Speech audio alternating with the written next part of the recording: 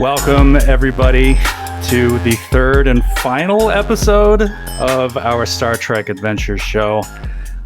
I'm your GM and host, Skidmar. I was talking to these guys, people, before we started, and I was saying I'm kind of sad because I love this. I've had so much fun doing this, and the thought of not carrying on with the adventures of this crew makes me a little melancholy. But this is also going to be, this third episode is going to kind of be like Star Trek Force Awakens, because we're going to cram about 9 movies worth of plot into this final episode, and hopefully it comes out a little better. But we will, Kate, let's talk to all the people here involved. Kate Stamets, how do you pronounce your last name?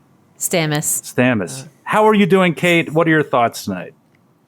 I'm good. I had a burrito before we started.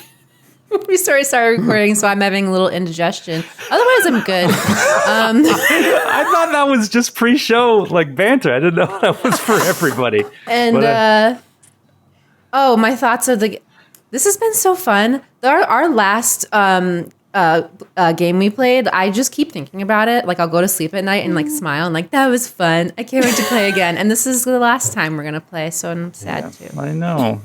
That's how I feel too.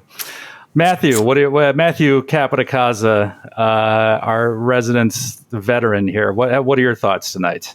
Veteran at what? I don't know. Did you fight in Vietnam? I swear to God, I thought I read that in your bio. Was it Da Nang? No, I'm feeling good. I had some dinner, and now I'm in my uniform and my pajama shorts, which none of you can see, and I am ready to go. Awesome. That's great. And Alicia, the lovely Alicia Marie, is back again. God, you've been so much fun meeting you and having you out here. You've been a real welcome addition to the crew. What are your thoughts of this final episode of the Voyages of the Starship Bracket? Okay, first, I want to see what shorts Matthew's wearing. Are they shorts or are they pants? I'm with you there. Let's see his pants. Show us your shorts. I'm just curious. I was like, I know you're wearing pajama shorts. Matthew, I have pants cam ready. Pants cam ready. For when you're ready to show. It's actually sponsored by Fruit of the Loom. So if you could just, but I regret my entire life. Okay, they're just silver. They're like silver, comfy. They were once athletic shorts that lost their elastic capabilities, so now they're pajama shorts. Lies. Right. You have no pants on. I'm really excited about tonight, but I'm also sad because it's the last one. But first of all, I want to say happy day before first contact day was 2 days ago. No, last week. What am I talking about? It was last week. It was last Monday. I hope you had a good first contact day. What is first contact day? What day is that? It's actually like a minor holiday in the Star Trek community where we celebrate the first time humans and Vulcans from Cochrane with each other. Activating his warp drive for the first time and meeting the Vulcans. What day on the calendar is that? April 5th. Oh, I'll be darned. Okay. Well, happy I was going to say, belated first contact day to everybody. Happy belated. That's funny because the Star Trek holiday is 4/5, and then the Star Wars holiday is 5/4. Oh, wow. Whoa. It must mean something. It must mean something. And I'm also happy there were no squirrels in my bathroom. Oh, yeah. Carry on. Congratulations. Yeah. Tell the story of your friend. What happened to your friend here? Okay, my friend is very sweet. There were some squirrels that were starving, very hungry. She said they looked at her with these really sad eyes, and they couldn't get to her bird feeder, so she decided to bring some bird seed out to the squirrel. And as she got closer, it really did jump on her, attack her, so she had to drive to urgent care. God. No, it felt bad, but yeah. Talk about first contact day. See, this is the thing. This is the advantage that squirrels have. Is that I was saying to you before, like, they're basically rats in almost every respect, but no one says like, oh, I saw this rat and he had the saddest eyes, so I couldn't help myself. I just ran to feed him. It's like they look like but they have all the same characteristics. They can give you the same diseases, and they'll lure you in, and your friend had to spend time in the emergency room for an incredibly embarrassing reason, and I'm sorry. Yeah, she's going to get shots or whatever. She's getting her finger checked. I don't know who bit it off. 5 ran shots away in the with stomach, it. rabies. It'll get you every time. Eric Mona.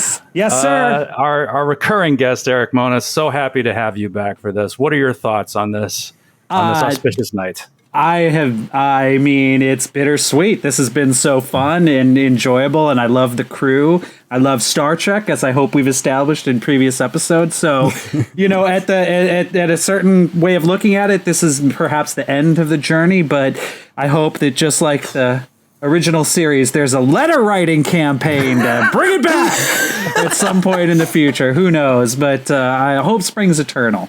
I'm really looking forward to wrapping up this adventure, and this is fun. Great. Yeah, it's funny you mentioned the letter writing campaign because I was watching a documentary about it, and apparently the letter writing campaign while the show was on was one of the reasons they canceled it. Yeah. Because they said NBC was spending $100,000 a year just on replying to letters. They had a policy of replying to every letter that they could. And that was taking money out of the budget, like just replying to all these letters that just said, just get rid of the show. And that was it. So, but we have no such problems here. You can email us. It's fine. It's not how you solve problems, but okay. Our policy is very simple. We may respond. We may respond. You may even read them. Right. We may read it. We may end up reading it. You never know. And the last one, certainly not least, Grant Berger in the producer's chair tonight. How are you feeling tonight? What are your thoughts on this night of all nights? It's been a ton of fun watching. I got to say, the threat mechanic versus advantage mechanic has been exciting to see. There was a point during a certain therapy session where I wanted you to use the remaining 6 threat die to blow up that therapy room. Just just kidding. I'm excited to see where the invoicing goes on that, though. That was some reverse invoicing, and I believe in triplicate. This is exciting to see. But yeah, it's the first time we've had these therapy flashbacks. I think that's a new innovation in a big way. And it was I love really that. fun. I love that idea. Yeah, it's pretty cool. Thank you, Kate, for coming up with that. Well, you know what they say: a Ferengi's invoice always gets paid. That's one of the rules of acquisition, I believe. Yeah, It's the first rule of acquisition. No, it's not. always pay your invoices. Wait, I have a question about this. Whenever I watch Deep Space Nine, I'm always confused because clearly Quark charges for his services at his bar, but the Starfleet officers in the Federation don't use money. So do they have like a stash of gold pressed latinum somewhere that they can go to just to patronize Quark's bar, or does he not? Like, what happens? They're always there getting drinks, using the hall suites. My guess would be that he probably gets reimbursed by Starfleet. Like, he gets a record of every Starfleet operative who uses his services, and then he will bill Starfleet, and Starfleet would come up with the gold pressed latinum to pay him with. That would be my guess. I don't know. I don't know if there's an actual canon reason, but Makes sense to me. I don't know. Sounds plausible to me. But it's a good question. It's a post-scarcity society, except for when the plot calls for money. So it's sort of Schrodinger's economy in a way. Except for when you invent a species that's basically like religion is capitalism. Yeah. And this is the problem as a creative person working in a universe with this much established canon, is it really limits a lot of your opportunities. And I know this from like our friends who work at Marvel. This is one of the things that they have to deal with, is kind of rooting through like all these old story elements to see if something they want to do is possible or not, and everything. So anyway, interesting.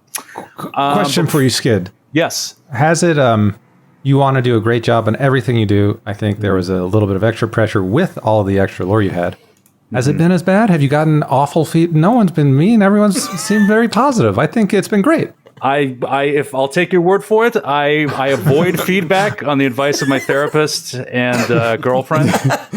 So I don't know. I have no idea, but I hope. I've seen glowing reviews, and I, for one, think you've been doing a marvelous job, and everyone's done a great job. I was joking earlier about blowing up everyone. I have to say, I'll miss everyone. Skid, is that feedback from your therapist and your girlfriend, or were you insinuating that your girlfriend is your therapist? No, my girlfriend does provide me with a lot of free therapy. Okay. But, sometimes I think that she learns as much from me as I learned from her. You should start charging her. So maybe I should Two-way start process, billing. let me tell you. Start billing, yeah. Yeah, but anyway, so thank you for that. You guys have been great, and let's get to a little bit of business to take care of before we jump in tonight. Tonight we are giving away 4 digital copies each of the core rulebook of Star Trek Adventures, and I think it's a new book, the Klingon Empire core rulebook from Modiphius. They have graciously, generously provided us with digital copies of these to be giving out. Brennan in the chat under the official account is going to be handling all that, so pay attention to him for all those details. And the next game, coming to the new game Who Dis series that is sweeping the interwebs, will be Vampire the Masquerade. Oh, Vampire, a little BTM action. We'll be playing, I'll be on it. You guys know I don't really like vampires, but I'm going to be on it. Noor Ibrahim, who we played with on Call of Cthulhu, is amazing. She'll be on it. Sydney Emanuel is going to be on it from Androids and Aliens, our other show. And we'll have a guest GM. And Troy will be on it to ruin everything for everybody. I was to say, it was sounding so promising. Yeah, it was before. I know. It's almost glided right over it. But our guest GM will be Jared Logan from Stream of Blood, which I'm incredibly excited to work with that guy. He's so good. Awesome. He's You know him so too? good. Oh yeah, Eric? I was on Stream of Blood once with him, and it was great. He's such a good GM. So He's- in the moment and great at role playing and voices and everything. You're gonna have a blast. Yeah, I'm super excited for that. Okay, so that out of the way, I want to get a couple of rules things that might come into play tonight. I want to just spell them out for you guys in the audience. So one of the things that we haven't really covered yet is determination. So you guys all have your values that you came up with, like through your career in your character creation process. So one of the things that can happen if you're in a situation where you feel like your value might apply, you can spend a point of determination. You all have 1 point of determination right now. You start the adventure with 1. So you haven't spent it. You have 1 point of determination. If you're in a situation where you feel like your value is applicable, you can make your case to be able to spend it for one of 4 things. You can spend it on a perfect opportunity, which will give you, it basically gives you an additional D20 that is assumed to have rolled a natural 1. So it's 2 automatic successes. So you can trade it in for 2 automatic successes. You could trade it in for a moment of inspiration, which you can use to re-roll all of your character's dice in their dice pool after you've made the roll. Okay. Pretty good. You can use it for a surge of activity, which really only comes into play in combat, but you can use it to basically, you can spend it to get another standard action, basically, to act immediately again after your turn has been resolved. Or you can spend it on an ability called Make It So. Now, this will add an advantage to the scene immediately. And the example they give in the book is like, you need to the ship Enterprise has been disabled and you're being scanned by the Klingons and you need to hide. Like, you can spend your point of advantage to say, like, I know there is a place in the ship where that is specifically shielded, can't be reached by any sensors. That is a place where I can hide and be safe. It's just like, okay, there you go. That's your point of determination. Make it so. Okay. Awesome. All right. Very good. The other thing I want to talk about is momentum. Okay. So we've done a little bit of momentum, but so you can have a maximum of 6, and you earn it for getting excess successes on die rolls. You can spend 2 momentum to establish an advantage in the scene the same way you can do for spending your point of determination. So you can just come up with something. It's just like, I have a survival knife on me. It's just like, boom, 2 points of momentum for that. Or you can do the same thing and create a problem for me. So you can create a disadvantage on my end. So you can spend two momentum for that. The other thing that I want to talk about is everybody but Matthew has the talent Untapped Potential. And we talked about this a little bit, but I want to go through this. So whenever you three succeed at a task for which you bought one or more additional dice with either momentum or threat, you roll a challenge die, 6-sided die. And you will receive bonus momentum equal to the result on the challenge die. And if you get an effect on the die, you get a point to threat. You add a point to my threat that I can spend against you. So I'll walk you through if this comes up, just roll a 6-sided die and I can tell you the result. Okay. Okay, so I think that's it. So you guys are recently surrounded by, you've landed on this planet. You've seen that there is the crash site of the scientific ship, and you were checking it out. You realize that the logs are gone. All the scientists' personal effects are gone. 2 of the scientists are dead and buried at the site. And you were about to go back. Oh, actually, I forgot. This is one last thing that I wanted to do. I wanted to see if you guys wanted to name your aero shuttle. Because we never did that.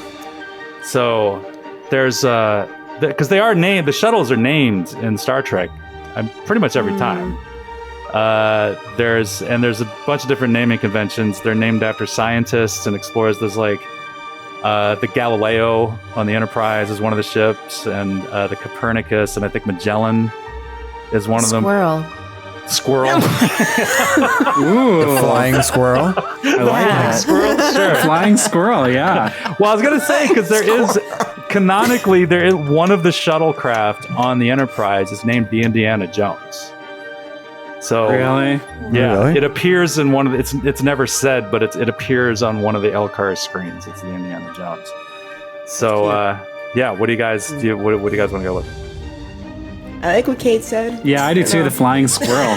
We're not going to get better than that. Okay. It fits our crew well. The Rocky.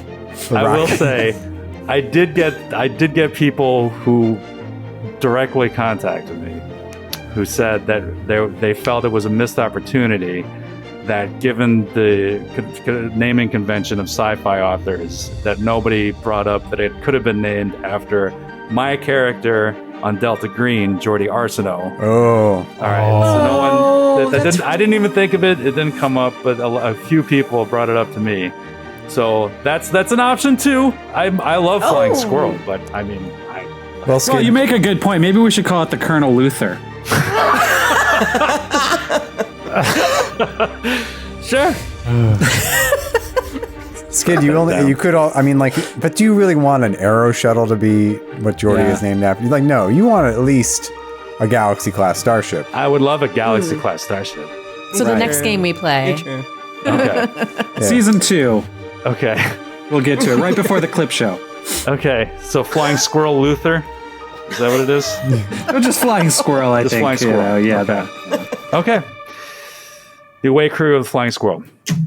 So you're going into the Flying Squirrel, and you find yourselves surrounded by these flying aircraft, and they disgorge all of these Lormians, these lemur-looking humanoids, and they're pointing their weapons at you.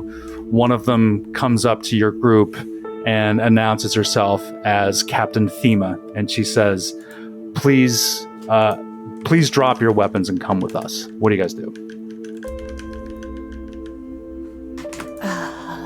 I guess I'm trying to think of like how to not just drop my weapon and go, but I mean, It's always an option. What guarantee do we have for our safety if we do drop our weapons? You have my personal guarantee that you will not be harmed if you do not try to harm us, she says. Sutaka steps through everybody and says, "Why should we believe a word that you say?" Sutaka. And you can see that all the Lormians, they kind of raise their energy weapons a little higher. Well, I'm convinced, and I walk forward with my hands in my pocket and just go, where do you want us to go? Okay, so Fred surrenders. Yeah. Fred surrenders. I never as had a well. weapon out in the first place. All right, okay. No need to unnecessarily antagonize the aliens, if you know what I mean. Yeah, Artful raises hands, and maybe he'll eye Sutaka to be like, I think it should be, I think it's in our best interest to comply. And he will toss his phaser onto the ground. Okay. Yeah, Meepo will diffuse attention if necessary. You have a but special ability too, I do. right? I don't think Yeah. it's necessary right you now do. because it's whenever I attempt a task to persuade someone not to resort to violence, I can add a d20 to my dice pool. Oh, cool. But it doesn't seem like they're immediately trying to be violent with us. They're just like, ugh, threatened. Well, I mean, we'll see how Lieutenant Super- Junior Grade Totux handles the situation. We'll see. No, it's too the soon. I think I villain. should roll. I will, but she'll approach with her hands up and say, "Sorry, I'm sorry for everyone. We're here in peace. It's fine. Don't worry about it." Okay. Sutaka, what do you do now, having seen all this? Tataka looks around at the rest of the crew and says, "So we're just going to listen to everything these people tell us to do, and we do it?" No, She Sitaka, turns- just this one thing. And she looks at Miba, and she's sick. And she her face softens when she looks at Miba because she loves Miba. But then she looks back at that, and she's like, "You want us to drop our weapons?" And she walks a little bit closer and says, "What about me makes you think that I Vulcan care?" And Captain Thema, she looks around and she says, I am sorry, but it is a condition of us taking you to your team. Our team. What team are you referring to? The ones that are underground right now with sticks coming out of them? Can I approach Sutaka in a most non-threatening manner? And I do so, and I say, Sutaka, the Lormians are a peaceful society. I think we should maybe just take it easy for right now. Oh, these are the ones that look like lemurs, Yes, right? it's the I don't other know what planet. a lemur is. It's, you don't know your... That's true. You don't know your Lorthians from your Sleethars. These are the goodly ones with the big eyes, and they're friendly, so let's just give them a chance. Okay, all right. Very well. And Sutaka will just put her weapon down while looking at them like this. And she puts it on the ground and stands up. Okay. I just wipe some sweat off my old middle-aged brow. See, it's just a misunderstanding. Yes. Look. We mean no harm, and we are to be no threat. We would just like to be reunited with our people.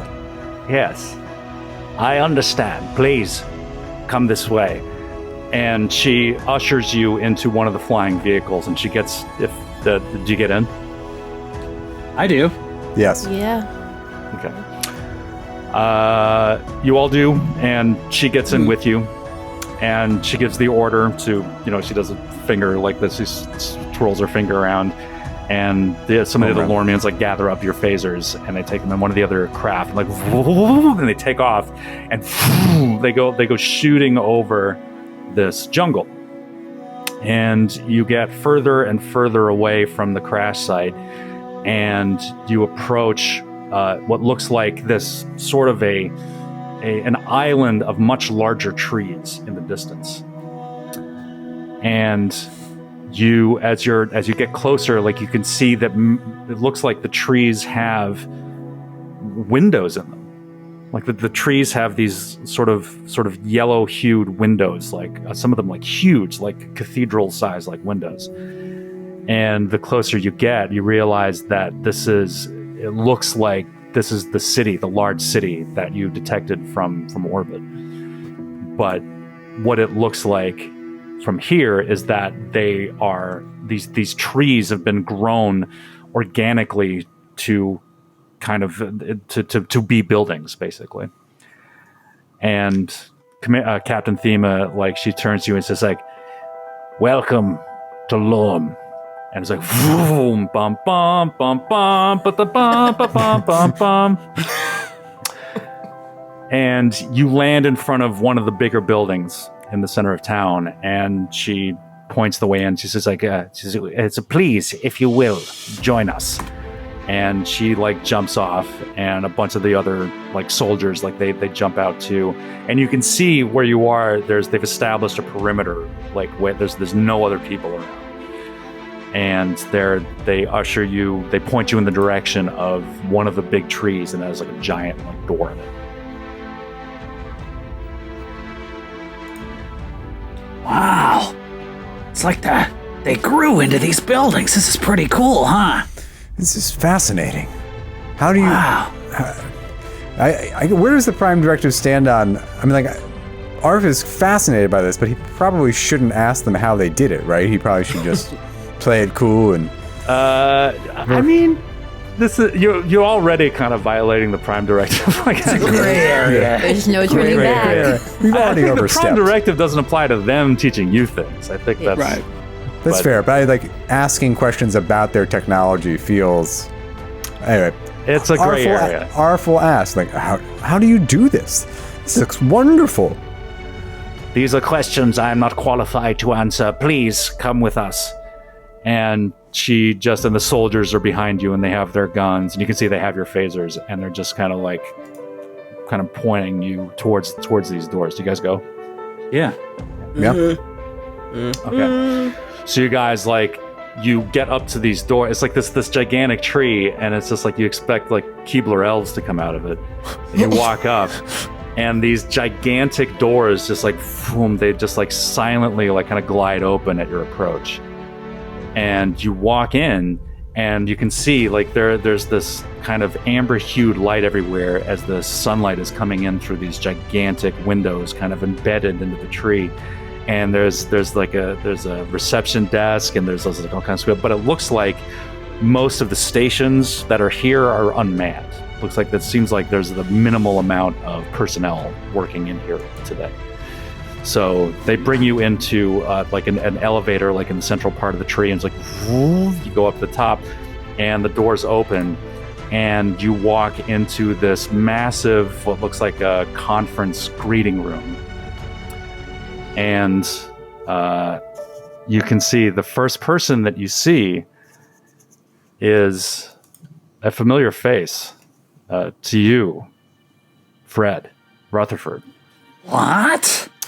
You see the clear cerebrum of your old mentor, Dr. Kurax. Dr. Karax! I'm gonna just run up to him with my arms open to hug him. Okay, so you run up, it's I thought you'd been lost in the depths of space and swallowed by some god's forsaken wormhole. No, Fred. No. I was rescued by a team of scientists, and I decided to use my expertise to help them.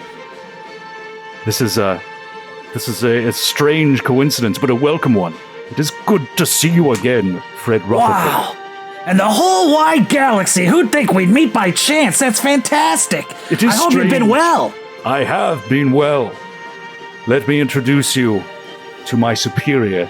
And you can see that there's a few Lormians around, and there's all very, very fancily dressed. And there's a human there too. And he walks up to you and he stretches out his hand to shake yours. He sees Arf's pips, and he sees that you're the highest ranking officer. He says, hello, I'm Dr. Emmett Sherman. Pleasure to meet you. Dr. Sherman, Lieutenant Commander Lexel. Good. What is going on here? Well, we had a bit of difficulties. Let me introduce the rest of my team. And it's as you're kind of gathering in the scene, these Lormians are coming at you, and you can see more Federation citizens coming at you too. He says this is Dr. Norma Grange. She's our physicist, and she reaches out to the human. She's just pleasure. And this is Dr. Orimu Faz. She is our resident chemist and xenobiologist. And you can see that she has the distinctive neck markings of a trill. Oh, cool. And she says pleasure is mine. And then it's just and please, I think it is my honor to introduce you to our host. And they point the crowd kind of parts, and you can see this almost regal looking Lormian. And she walks up to you and says, greetings, off-worlders. By name, I am Chief Minister Turel. I welcome you to our world. Please, we have much to discuss. and they kind of point you to this big kind of wooden conference table that seems to be growing out of the tree itself, with all these like chairs around it that are the same. And they situate everybody, like they kind of gather all of you at like one end of the table with the chief minister sitting at the head of it. And Dr. Sherman says, like, well, I imagine you have any number of questions. I'm here to answer them. Where are our people? Oh, we are all that remains of the crew of the ship. Tesla. Tesla. Thank you. Sorry, I suffered a rather severe concussion. Crashing. I forgot the name of the ship. Yes, we are all that remains of the crew of the Tesla. What happened? What made you crash on this planet? Well, we were cataloging spatial anomalies here in the Shackleford expanse, right? Yeah. And Shackleton? Shackleton? Shackleton, according to my notes. Expanse. It says right here on my pad, Right, Shackleton. Shackleton expanse. Boy, man, don't let. That's quite a blow. Whoa, it's terrible. The crash was. Do you have access to an emergency medical hologram by any chance? No, oh, I wish. Even though I've heard horrible tales about their personality. But, Be careful what you wish for. well, anyway, we were cataloging these spatial anomalies, and our ship, the Tesla, was struck by an unexpected gravimetric wave. It damaged the warp drive as well as other systems, including our comms. And we managed to limp here to the organ system. We tried to set down, but the damage was too great, and we crashed. Our captain, Andrew Forrest, died attempting to patch together the warp drive, which we were able to deactivate the moment before we crashed, which would have saved all of our lives. Our Andorian colleague, Ibab Thivet, died during the crash, and I took command of the mission after his death. And Saw. yes, oh yes, the damage was terrible.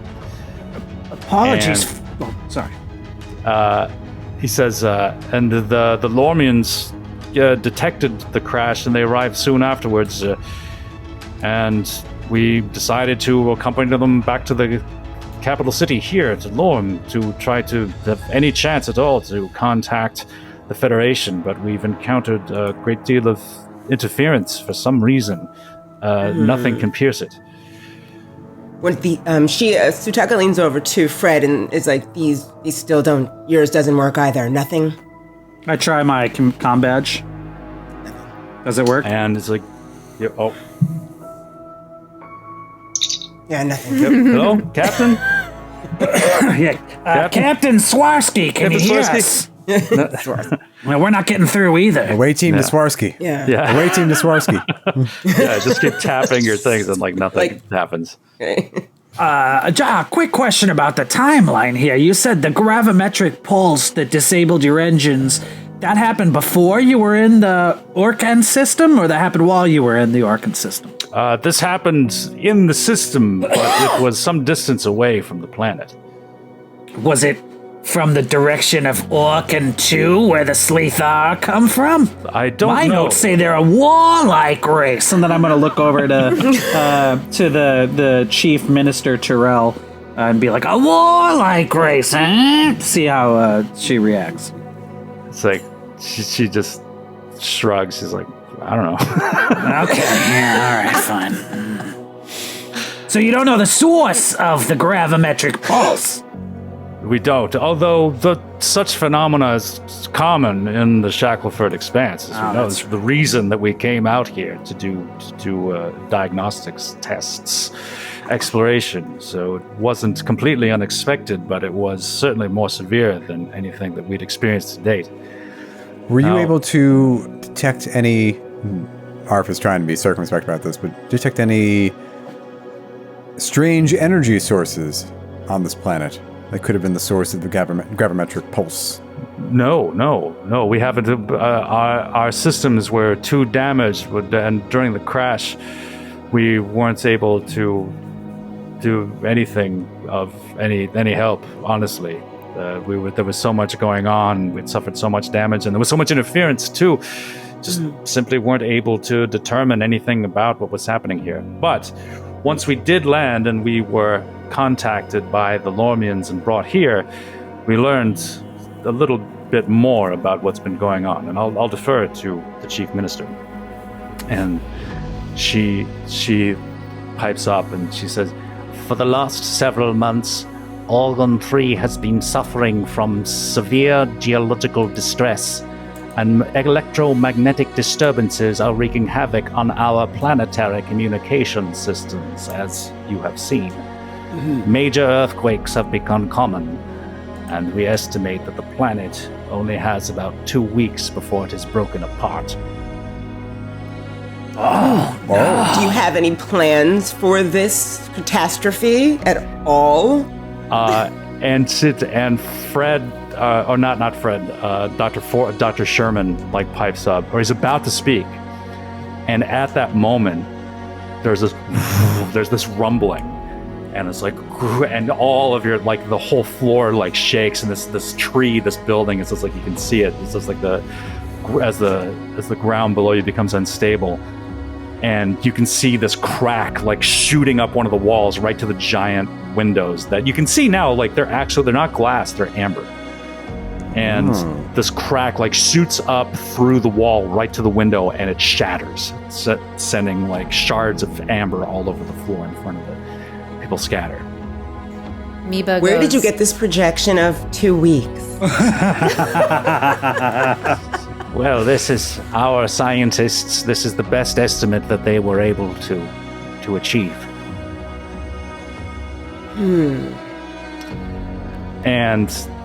And Dr. Sherman says, well, after we learned about the planet's distress, our group, decided unanimously to help the Lormians come up with some evacuation plans. And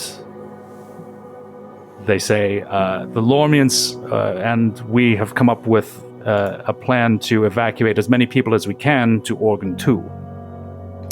With the Lormians' technology, we should be able to get a few hundred to safety in the next couple of weeks. But, and he leans back, it's with the help from you, and if there's a starship in orbit, we could rescue far more. Because a few hundred will not provide enough genetic diversity, and within a few generations, the Lormians will likely come to an end as a species. How many are we talking about on this planet?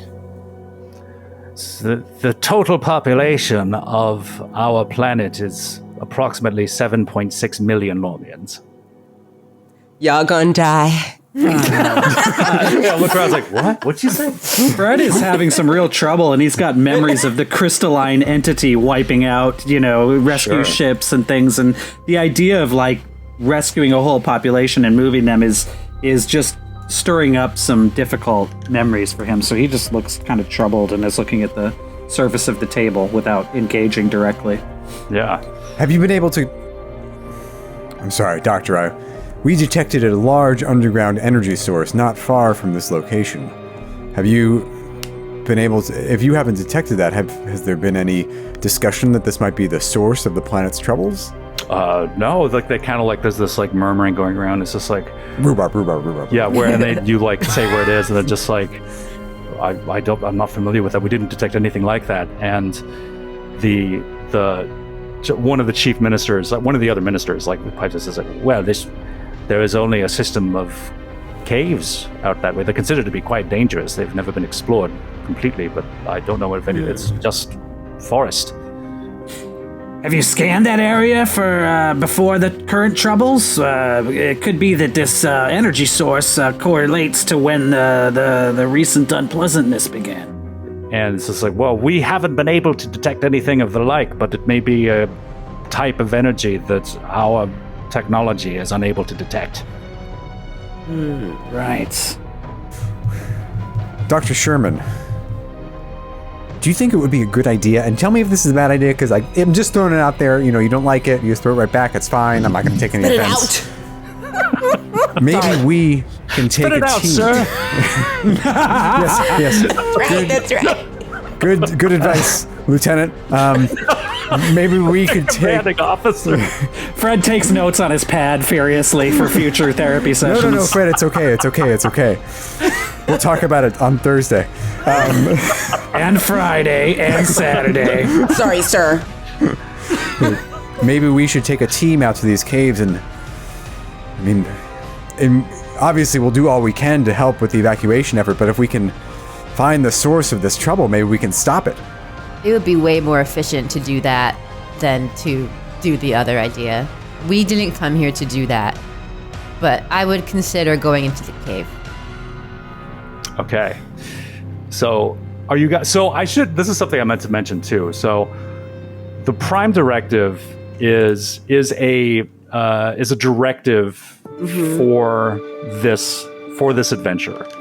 So it's basically a value that you all have as a specific directive for this adventure. So you can use it like a value. You can spend determination with it or whatever. You can also, that's something we talked about, is like challenging values. So like Meba, you have one, it's a profit over friendship or something. Yeah.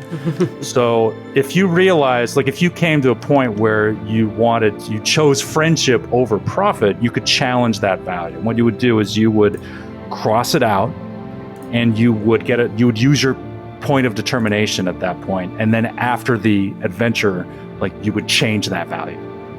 Like we talk about that. So, but yeah, right now, I want you guys to bear in mind the Prime Directive here. Like, what are you thinking in terms of that? I mean, it's really complicated, right? Because it's already been violated. They've already been, like, these Federation scientists have already brazenly violated the Prime Directive. And you know, too, you would know, as a Starfleet officer, that civilians are under no obligation to obey the Prime Directive. That's true. That's right. But at the same time, it's a tough... if it's extinction we're talking about, then this might be the...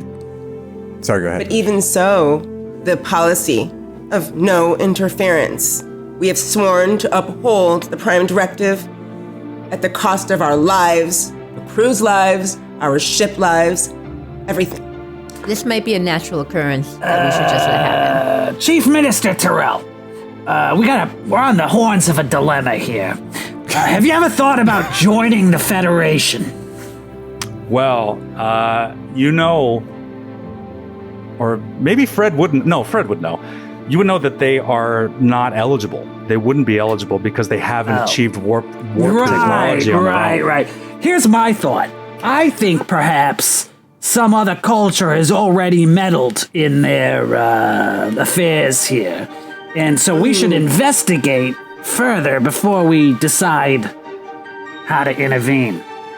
That's true. This could doesn't be hurt. considered Does an it cost us explorative to poke around a little bit? That's true. This could be part of our explorative mission. Yes. Right. And if we discover that the interference was caused by an outside culture or worse, previous accidental Federation contact, then we have an obligation to save the Lormians. Oh, that's right. You're exactly right. I mean, yes, sir.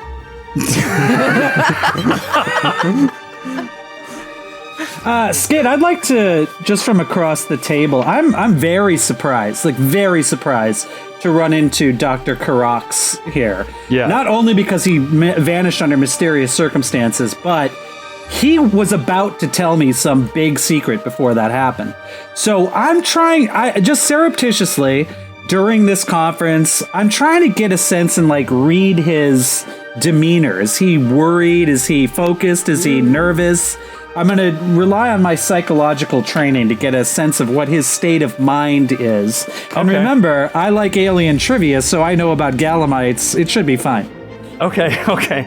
So why don't you give me an insight and I guess actually that would be security. Give me an insight and security roll.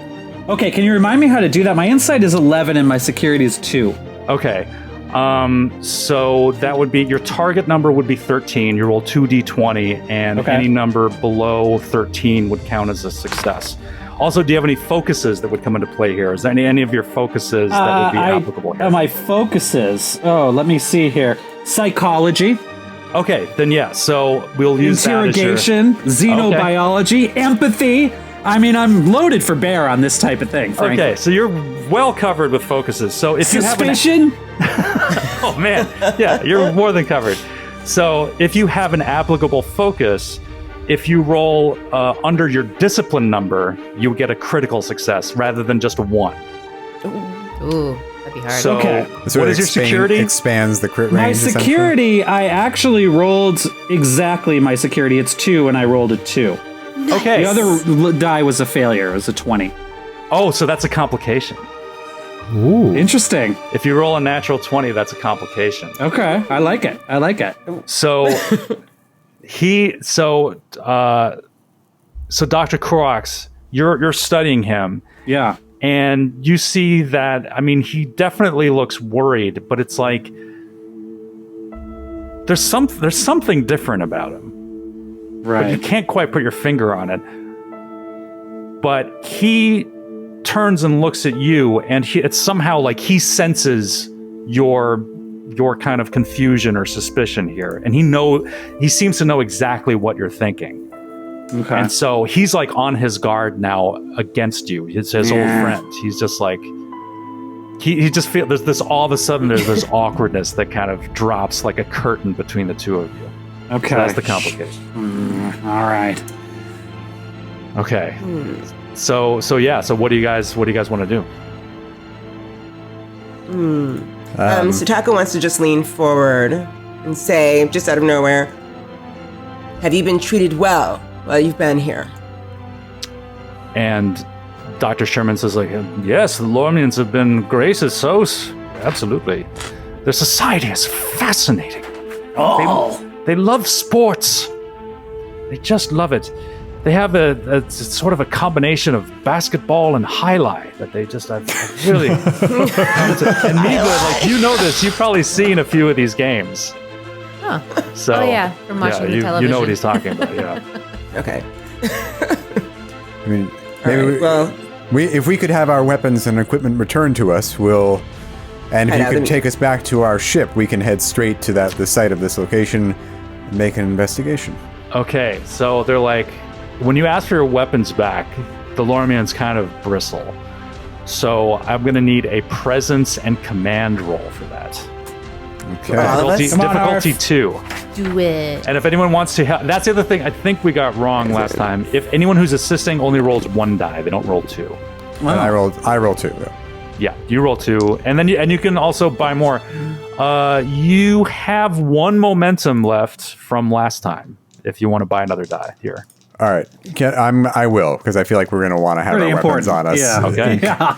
Okay. All right, so I'm rolling 3d20. I have a command of 4 and a presence of 9, so my target number is 13. 13. And do you have any applicable focuses? To convince them to give our weapons back. Yeah.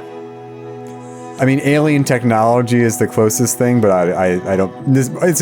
Diplomacy isn't really our thing. Yeah, that's not really your thing. Yeah, you don't. Okay, so you have to. So yeah, under a 13, and you will be a success. If you get a natural 1, that's a critical success, and no count. I got all under 13, a 5, a 10, and an 11. Yay. Okay. Nice. Okay, you're good. So they're like, they seem to trust you, and the chief minister says, "Captain, give them back their weapons." And she sort of reluctantly like ushers them over, and they all like pass them out to you guys to get your Type 1 phasers back.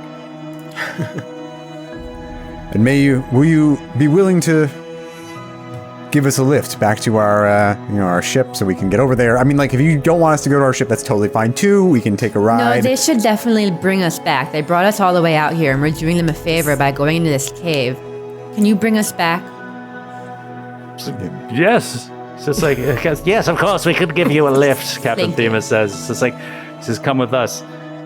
And Dr. Korox says, like, I would like to accompany you as well. And he kind of like lifts himself up from his seat. It's just like, whatever assistance I can give. And yeah, so you guys head back to one of these flyers, and you get into, you take off, and you go back to the Flying Squirrel. So you guys all climb in, and Captain Thema also, she insists on coming with you too. Okay. Sutaka actually wants to lean over to Eric. I mean, not Eric, to Fred. Who the hell's Eric? Yeah, that's fine. Hey, Lito. It's my middle name. You know this one? Well, yeah, Dr. Karax. He's my instructor at the academy. He's as good a friend as I've ever had in this future time. All right. I trust him implicitly, under normal circumstances. Something Very well. Well, okay, yeah, very well. How are you feeling, Sutaka? I'm feeling pretty good. I mean, since our talk, it definitely helped. I wasn't I'm sure glad you to hear served that. any purpose on the ship, but after our talk, I realized that you do serve quite a purpose on the ship. Oh, is it time for a flashback? Is it time for a flashback? It might be. I think maybe, yeah. Yeah. Okay. Close up on the back of a pad, and then it lowers down, and you see Fred's furrowed brow, and he says, and he's in his office with the magic sailboat picture and the fish tanks in the wall and all the upholstered seating areas, and he says, Sutaka here. Is that your name, Sutaka? Sutaka, Lieutenant Sutaka de Tux. Yes, that's my name. Says here you're part Romulan. Quite unusual am. for a Federation officer. Must be a lot of pressure. Was. Although, I do not like what the choices that my father made did to our family name back on Romulus. I admire him for following his passion. I believe you always do what's logical. But you also follow your heart at the same time. The conflict inherent to your heritage is, there's going to be a lot of sessions we're going to need to probably work through some of this stuff. But the fact that you made it through the academy at all is a testament to your vim and your vigor, and I can't wait to serve with you. Tell me, what concerns you about serving on the bracket?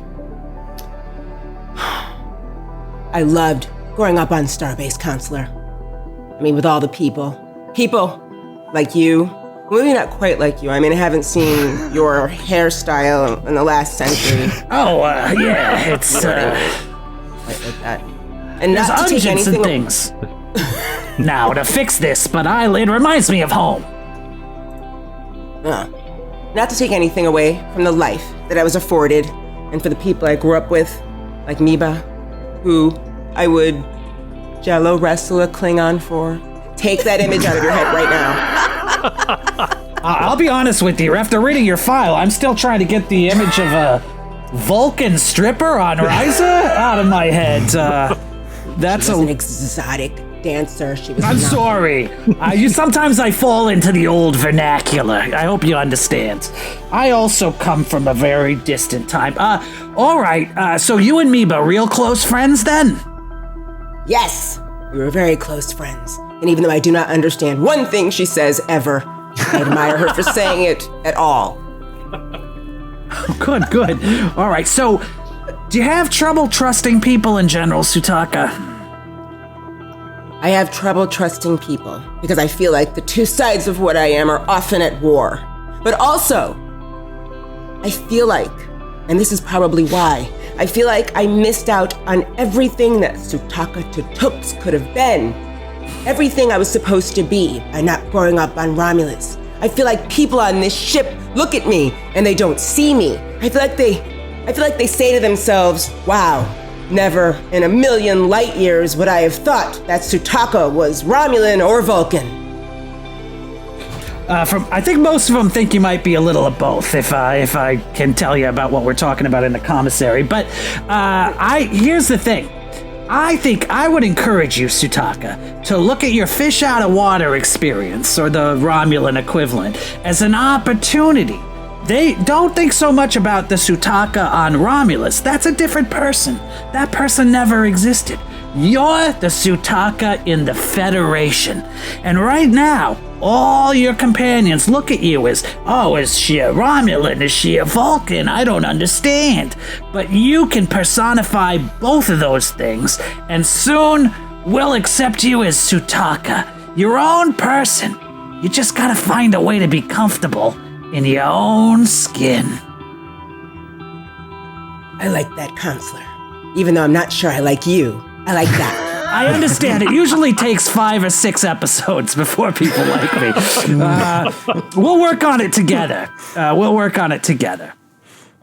It sounds good. All right. Well, we'll see you here next week.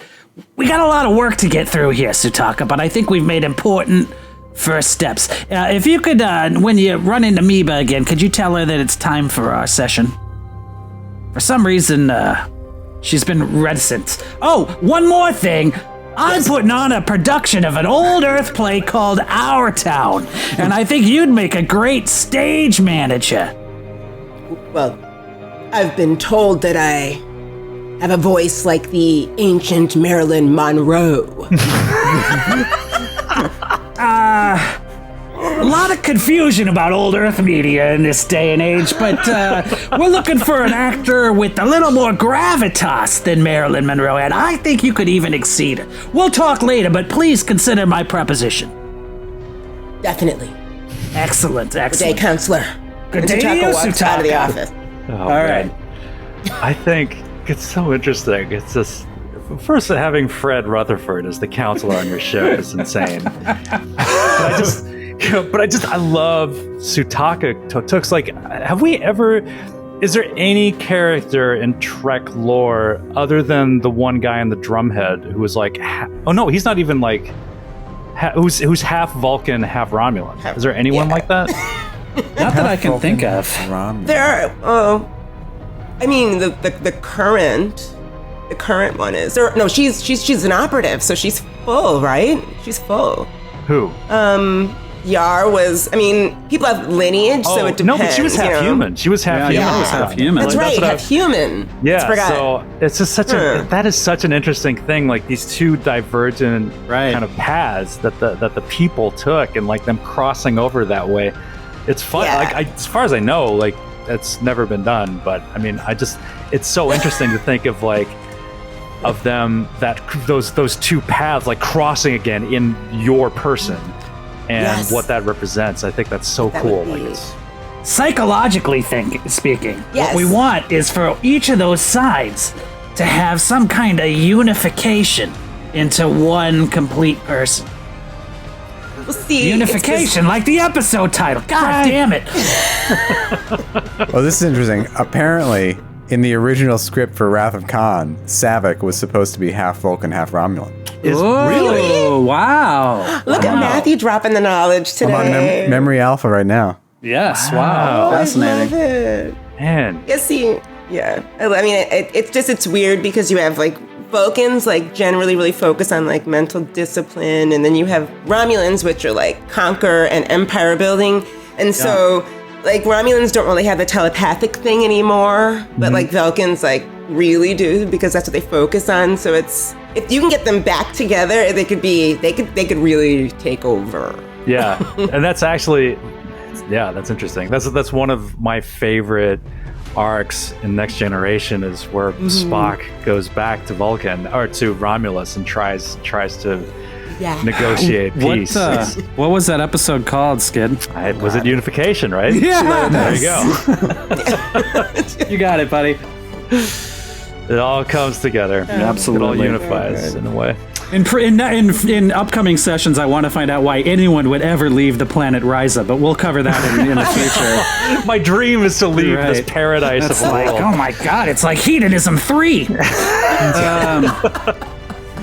Vulcans gone wild. No, I'm just kidding. Okay.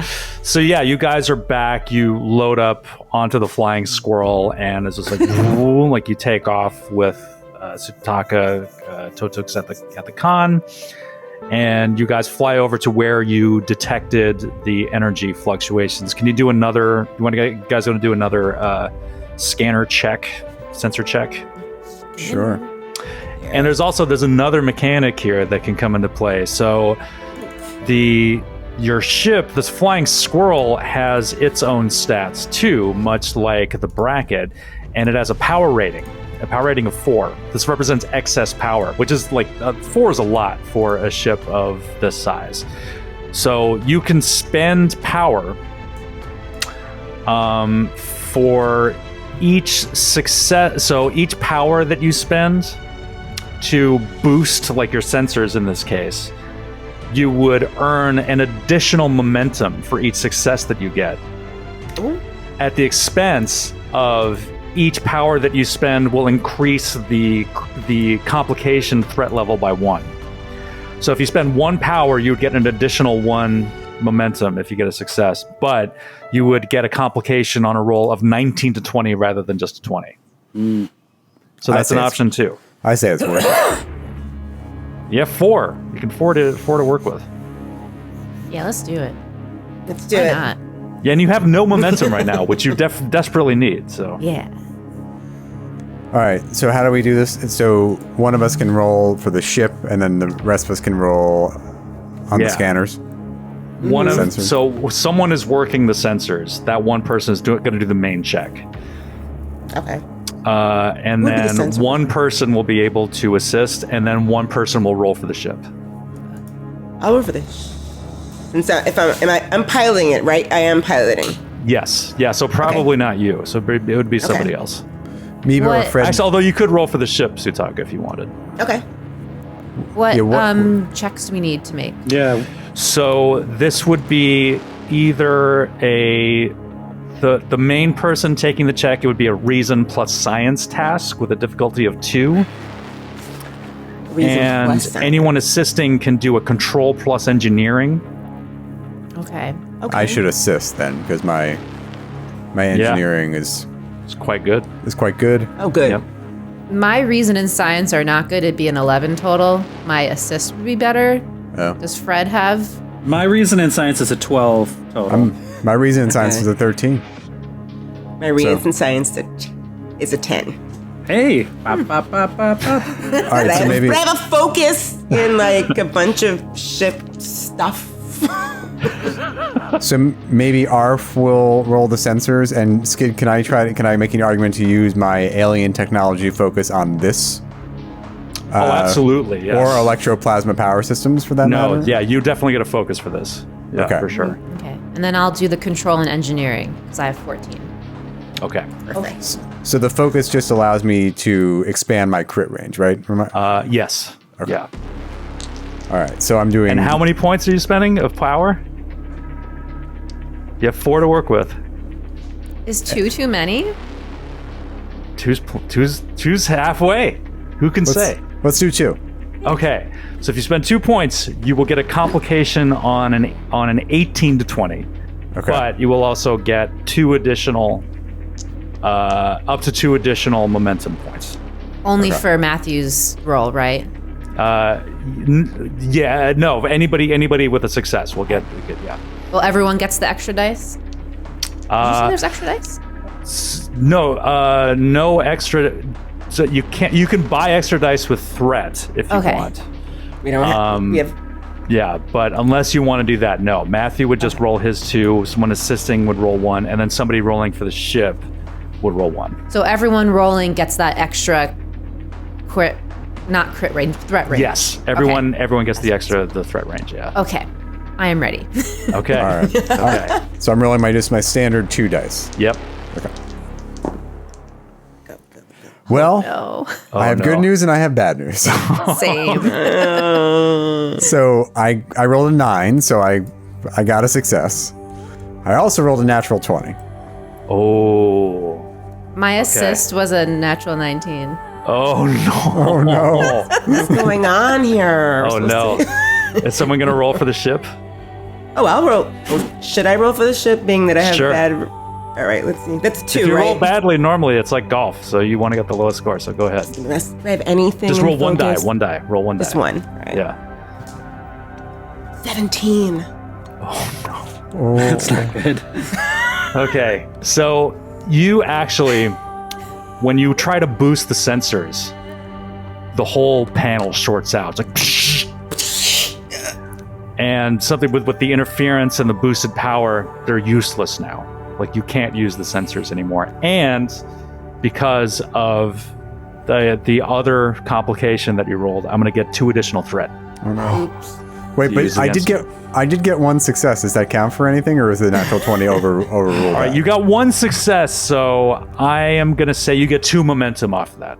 Okay. I'm not sure how exactly it works, but that seems to make sense. So, yeah, I think it's for each success. If you get, I don't know, you get 2 momentum. So I'm keeping track of that on roll 20. I don't know if you guys are on there. Matthew is, but I'm keeping track. Got little tokens there. Okay. Since I have a talent called I Know My Ship, does that also extend to the flying squirrel? Yeah, because this is a great example of that, because the flying squirrel is actually, the way it's structured, it's embedded into the bracket. So yeah, this would be an extension of that ship. So what does that talent give you? It means any technical ship problem, I can roll a bonus d20. Oh, okay. Well, if you wanted to repair the sensors, yeah, you could assist. I have assist. Can I can try to repair them, and one of my values is I can fix this. Okay. All right. Okay. So you would be able to expand your crit range for that, and then yeah, Sutaka. I don't know how that works if you're not the primary person. Yeah. I think you have to be the primary person doing the roll to be able to get a benefit from those you add talents. it to the original dice pool. Yeah. Right. Okay. But yeah, if you want to roll, it's a difficulty. I'd say it's a difficulty 1 to get the sensors back online. If you want to do that. I'm going to use my jury rig talent. Okay. So whenever I attempt an engineering task to perform repairs, I can reduce the difficulty by 2 to a minimum of 0.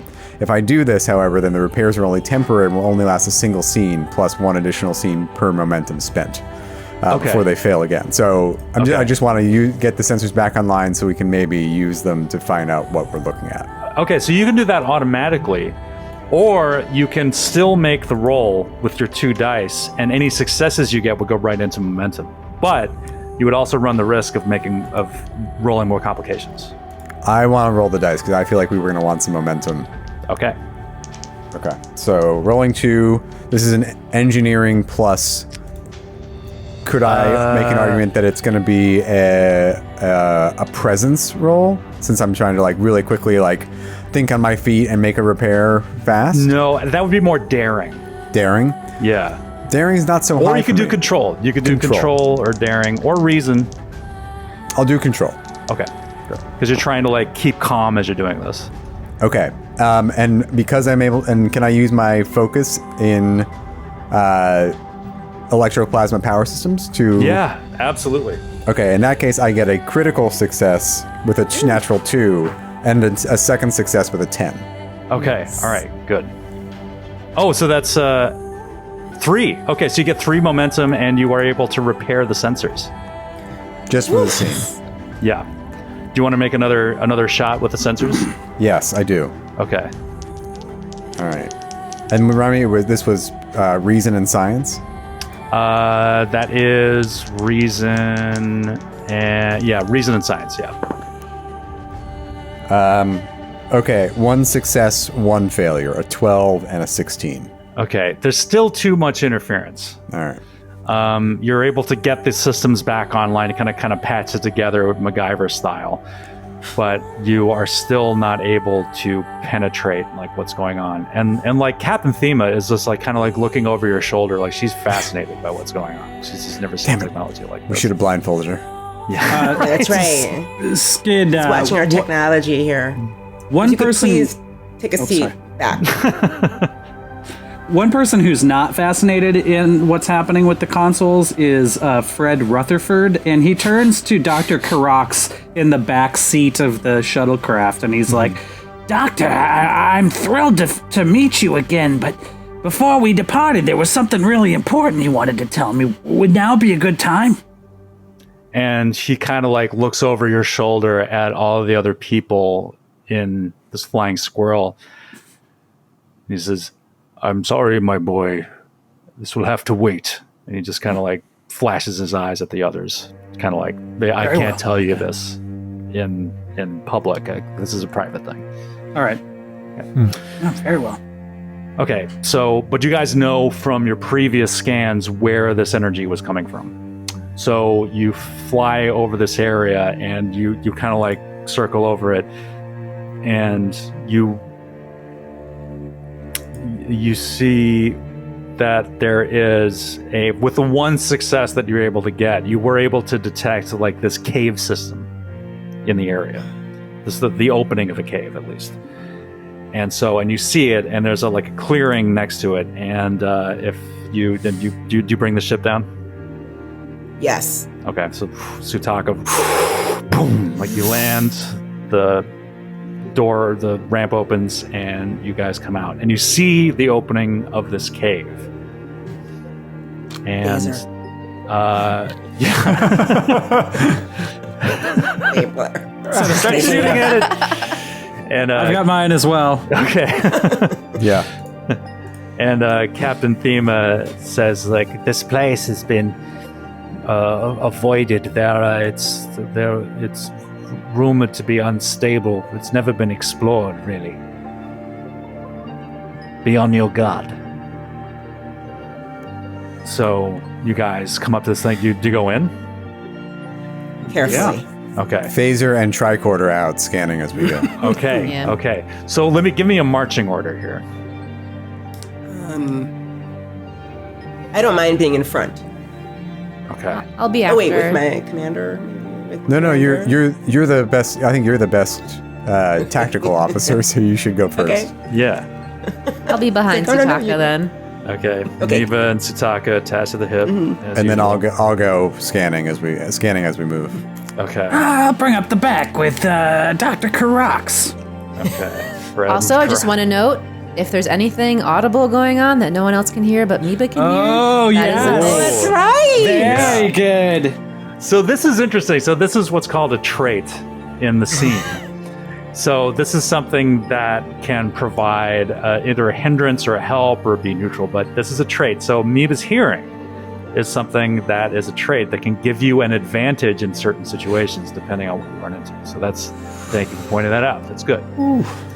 Okay, so you guys, you start spelunking into this tunnel. And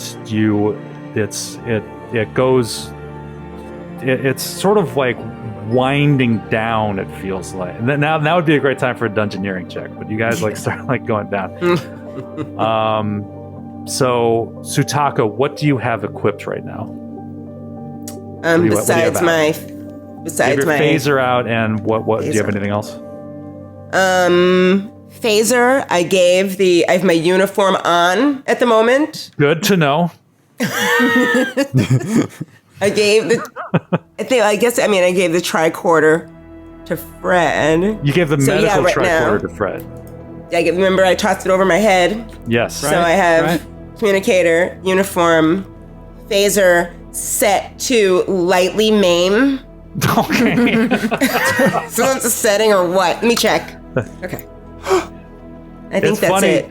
I think people don't realize a setting on full power can take down a building. It can blow up an entire city block. These things they're no joke. Even type 1 Yeah. phasers, they can't maintain the beam for as long as the bigger ones, but they'll That's take right. out an entire city block. Okay, so you got it on lightly maim. All right, so you're going down, and how are you lighting? How are you finding your way? What are you using to light your way?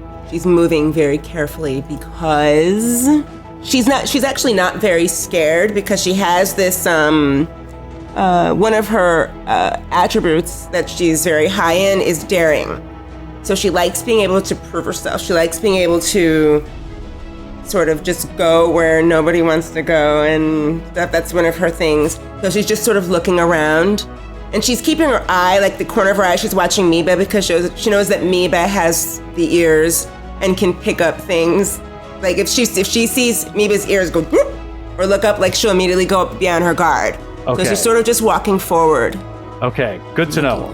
The only problem is it is completely pitch darkness the further you get in.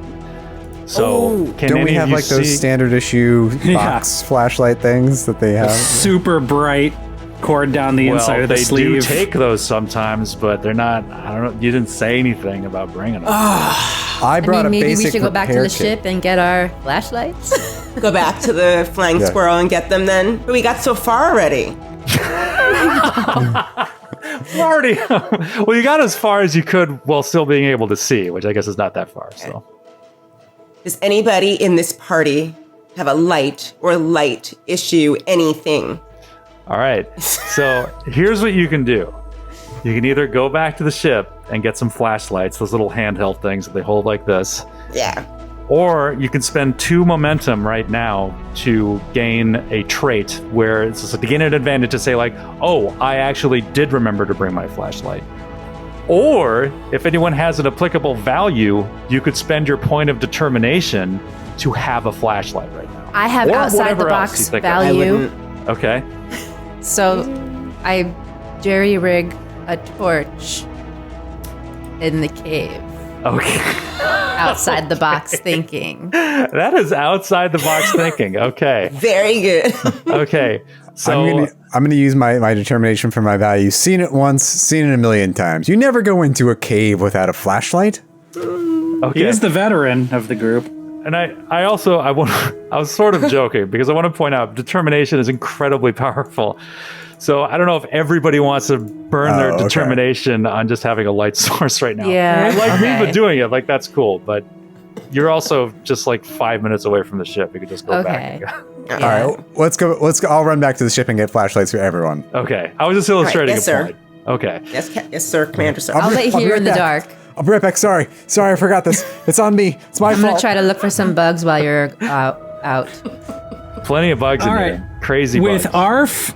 Arf going to the ship, and with Miba looking for bugs, and with Sutaka presumably guarding our flank or whatever, I once again turn to Dr. Karax and I say, Dr. Karax, and then there were 2, if you know what I mean. So, what was it you had to tell me?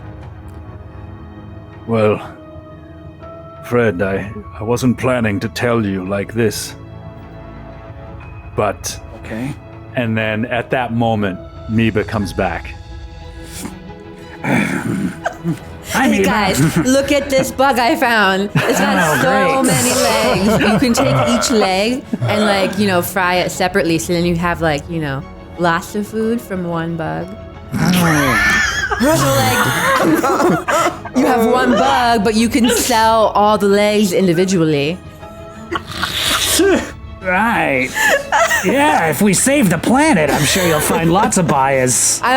Whatever you guys were about to talk about was not as important as what I just found. That's Let me for tell sure. you. I'm put some of these in my pocket. Good. Well, our bug situation is covered. Her voice is so funny. I know, it's the best. It's so great. Okay, so you guys, the Miba shows off her bug for a while, and then everybody comes back with a light source to pass them out. Captain Thema grabs one, you all grab one. And you all start going deeper. And I think Captain Thema is probably right behind Miba. Like, she probably realizes that Sutaka and Miba want to be together, but she's like third in line. So, all right. So Sutaka, you go in there you journey for a while. Give me a reason and say, oh no, actually, this is a good opportunity for you to use your superhuman insight. Okay, that's give me going to be... an insight and security task. All right, it's going to be... Oh, gosh. So that's a 10. Let's see if I have anything... composure. No, I have nothing focus-wise that can help that. But you do have the augmented ability talent. Oh, I which can you choose an took. attribute. Yeah, so Gain that's your experience. insight. So you have superhuman insight. So anytime you roll an insight roll, you get one automatic success automatically, and then you roll your dice and see what else you get. But you have one immediately. Okay, cool. At the expense of an expanded crit range. So if you roll a 19 or a 20, there's a complication. Okay, this was a 13 and a 14. So Okay. I blew it out of the water, but at least I got one success, right? Okay, so one success. All right. Yeah. So you're going deeper into this cave, and all of a sudden there's another tremor. It's like boom, and you notice immediately once like the walls start to crack that this is an unstable section of the cavern. Everybody, give me a daring or control plus security check. Okay. Okay. One success. Two fails for one Arf. success. Okay. One success. Miba's on the verge of screaming. She does not like this. Okay. I want to hear her scream. Okay, everybody fails as these rocks start falling from the walls and the ceiling onto you. Duck for cover, everyone. Okay, you all take 2 damage. Oh no. So you take that off of your stress. Yeah. Okay. That gets countered against your stress. So it's like these rocks, like, boom, boom, boom, boom, boom. So on my character sheet, I have, let's say 24 boxes under stress, and some of them are pre-checked. Should they have all been unchecked or checked? the or? No, Unchecked the unchecked ones- ones represent the stress that you possess. So that's like your Okay, hit that points. makes more sense. Yeah, So so, I you should can check each one. You can check 2 more boxes, and that'll Check be 2 your more. stress. Okay, great. And when you reach full stress, what does that mean? You dead? That means you get an injury. Oh no. Oh, okay. So- I've seen injuries. Got you. Yeah, so that can either be like a wrenched ankle or like a sprained knee or whatever, but it can be a hindrance to you. And then you're at 0 stress. If you're at 0 stress and you get injured again, you get a second injury. Yeah. And it depends. And then actually, once you're at 0 stress, you get an injury, you're knocked out for that scene. You have to be revived. If you get a second injury on top of that, if it's a lethal injury, you die. And sick bay can't help you. No, at that point, probably not. No, Oh, shoot. certainly not all now. Certainly not now. So just be careful. Depends on Okay. if you're fighting with the producers, I suppose, whether they can bring you back. Depends on how your contract negotiations are going. right, Yes, right. it's true. Okay, so you got like everybody's just clipped at least by these rocks. And it's painful, and it caught you. Then you're worried for a second. It's just like, is this entire section going to collapse? But like the rumbling kind of stops, and you feel like you can still make your way through. Are you okay, Dr. Karax? Yes, There's my rocks. boy. I know this would be the most ironic of deaths if Yes. I died from rocks. Why is it ironic? Because my name is Kurax. Right. My species has a great I respect say for we kill irony. him now. Oh, Sutako, we talked about this. No more killing.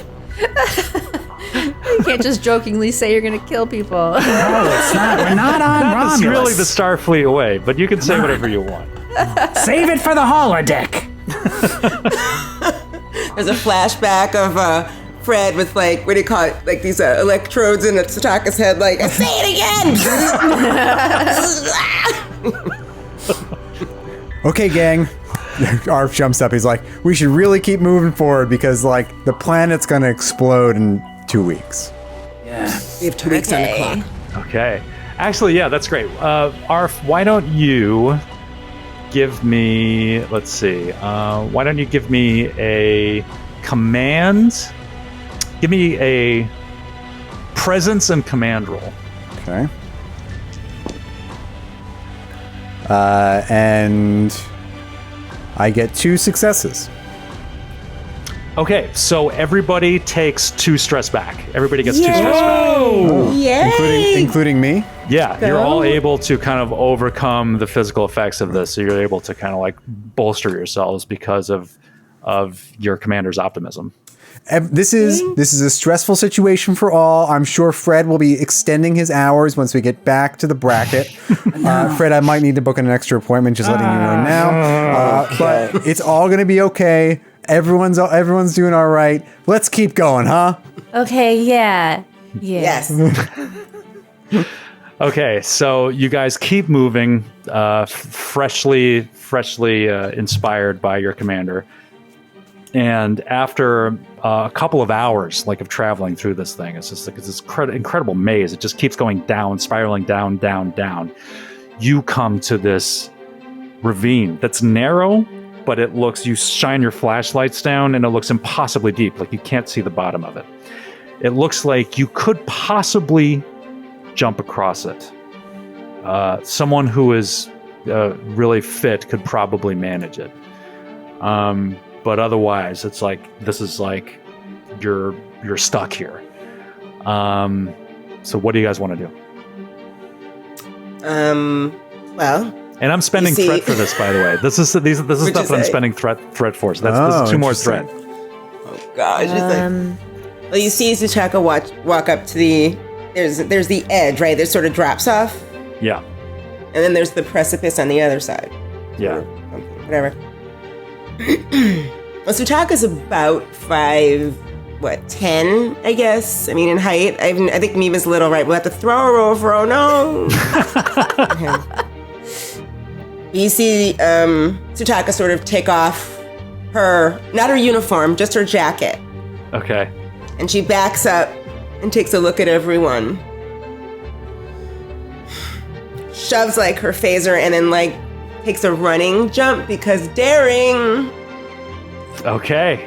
All right. So this is tough. This is a fitness plus security task with a difficulty of 3. Oh my god. Have you prepared What? one of those I am not holographic jumping. farewells? Yeah, like the Tasha Yar thing. Yeah, like, yeah. It's a little funeral on the statue we holodeck. can keep in our quarters. Oh god. Okay, come on. Maybe this is a question I should have asked earlier. But when you say like it's a difficulty level 2, difficulty level 3, that means that's the number of successes you have to get. Yeah, that's the to. number of successes that you need to Okay. get to succeed at the task. So you guys right now, you're sitting on 5 momentum. We're sitting on 5 momentum. You have 5 momentum, so you could conceivably buy 2 dice for this. I could. Yeah. You know could. what? I probably should because I don't think they want to fish me out of a ravine. Okay. Maybe. Okay. I say we buy. Let's do it. Let's spend them, man. YOLO. Okay. So the first additional die costs 1 momentum, and then the die that you buy after that costs 2. So it's a total of 3. Oh my god. So Okay. you have 2 momentum left. You have 2 additional dice. That gives you 4. Wow. And okay, so it is a fitness plus security. Do you have any focuses that would apply here? Yeah, I was looking. Astronavigation, transporters and replicators, interrogation. I can ask my way over. I don't think so. Warp field dynamics. I made this. Oh, maybe composure. Maybe she doesn't. Like, I'll she let doesn't you use panic. composure. Yeah, you. This is like a terrifying leap for anyone who's like if you're afraid of heights or anything. This you are able to kind of steady yourself and focus completely on this jump. Okay, so I'll let And you it's use like- that as a focus. Oh, cool. And it's like slow motion when you guys see her jump too. By the way, it's like you're like dun, dun, dun, dun, dun, dun, dun, dun, dun, dun, dun, like that. For sure. Yeah. And Yeah. so Meeba's like, wow. My friend's Like so motion. cool. All right, so I rolled for the first. I have a fitness is 9, security is 2, so Okay. that's 11. I rolled a 19 and a 10. Okay, so 1 success. A You have 2 more dice. 19. Okay, come on. A 14 and a 17. Okay. What happened? Oh no. Okay, so you jump across Yes. and you fall short. And you're like, whew, and you're like scrambling to like pull yourself up, like Yes. Indiana Jones, the movie, not the shuttlecraft. And you're trying to pull yourself up, and you barely manage to pull yourself up onto this ledge. But in the process, your phaser drops into the chasm, and it's gone. Mommy.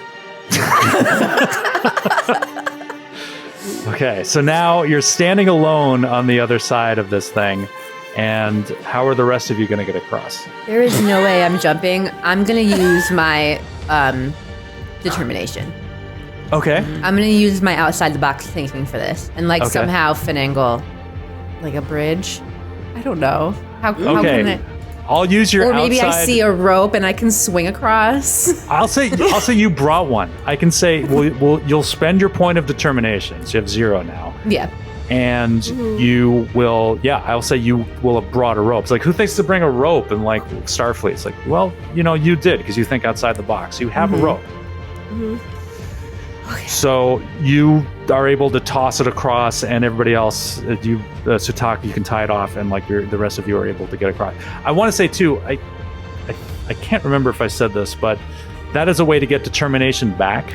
If you have a value that would hinder you you decide would hinder you in a certain situation, you can neglect to take the most beneficial action, and you can get a point of determination back for that. The example they give in the book is that the Enterprise has captured a Romulan who's like injured, and they need information from him, but he's about to die, and he needs a blood transfusion. The only person that can give him the transfusion is Worf. But he has a trait that like he hates Romulans, and he's too proud to do it. They killed his father. Right. So he's like he just says like, no, I'm not gonna, even though it's gonna be costly, it's gonna cost any chance of success at this whatever we're doing. Like, I'm going to decline to like give blood. So then he would get a point of determination back for that, even though you suffer in the moment, you get like this additional little bonus based on your values. So the way that the timing works, could you use that point of determination then to find some other way around the challenge of the dying Romulan? Yeah, actually, it would depend on your values. If you had a value that applied, then you could say, yeah, I want to now spend that point of determination based on whatever my value is to find some alternate means of like saving this guy's life. Yeah, but it depends on, it's all based on your values. So yeah. Cool. Okay, I love the system. It's fucking great. And it really is like, it tries to emulate the TV show. It's everything like works towards like kind of making the kind of experience of like being in a TV show. So you guys get across, and you guys go on for a while. I only have 3 Great threads job left. bringing that rope, Lieutenant. I was never going to make that jump. Neither just was I. between you and me, there was no way. Me neither. There is no way. I You have a see fitness of Sutaka looking 7. at me, but like this. Now was you just- telling me you have a rope? You seem like you really wanted to jump.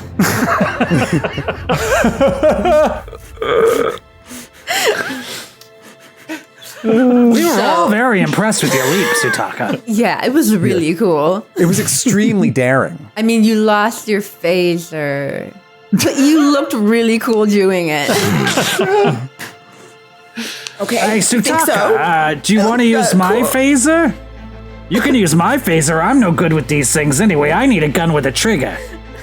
Okay. Thank you. So I'm going to give her my phaser. Okay. So Fred loans his Type 1 phaser to Sutaka. Yeah. Excellent. It's better in her hands than mine. Okay.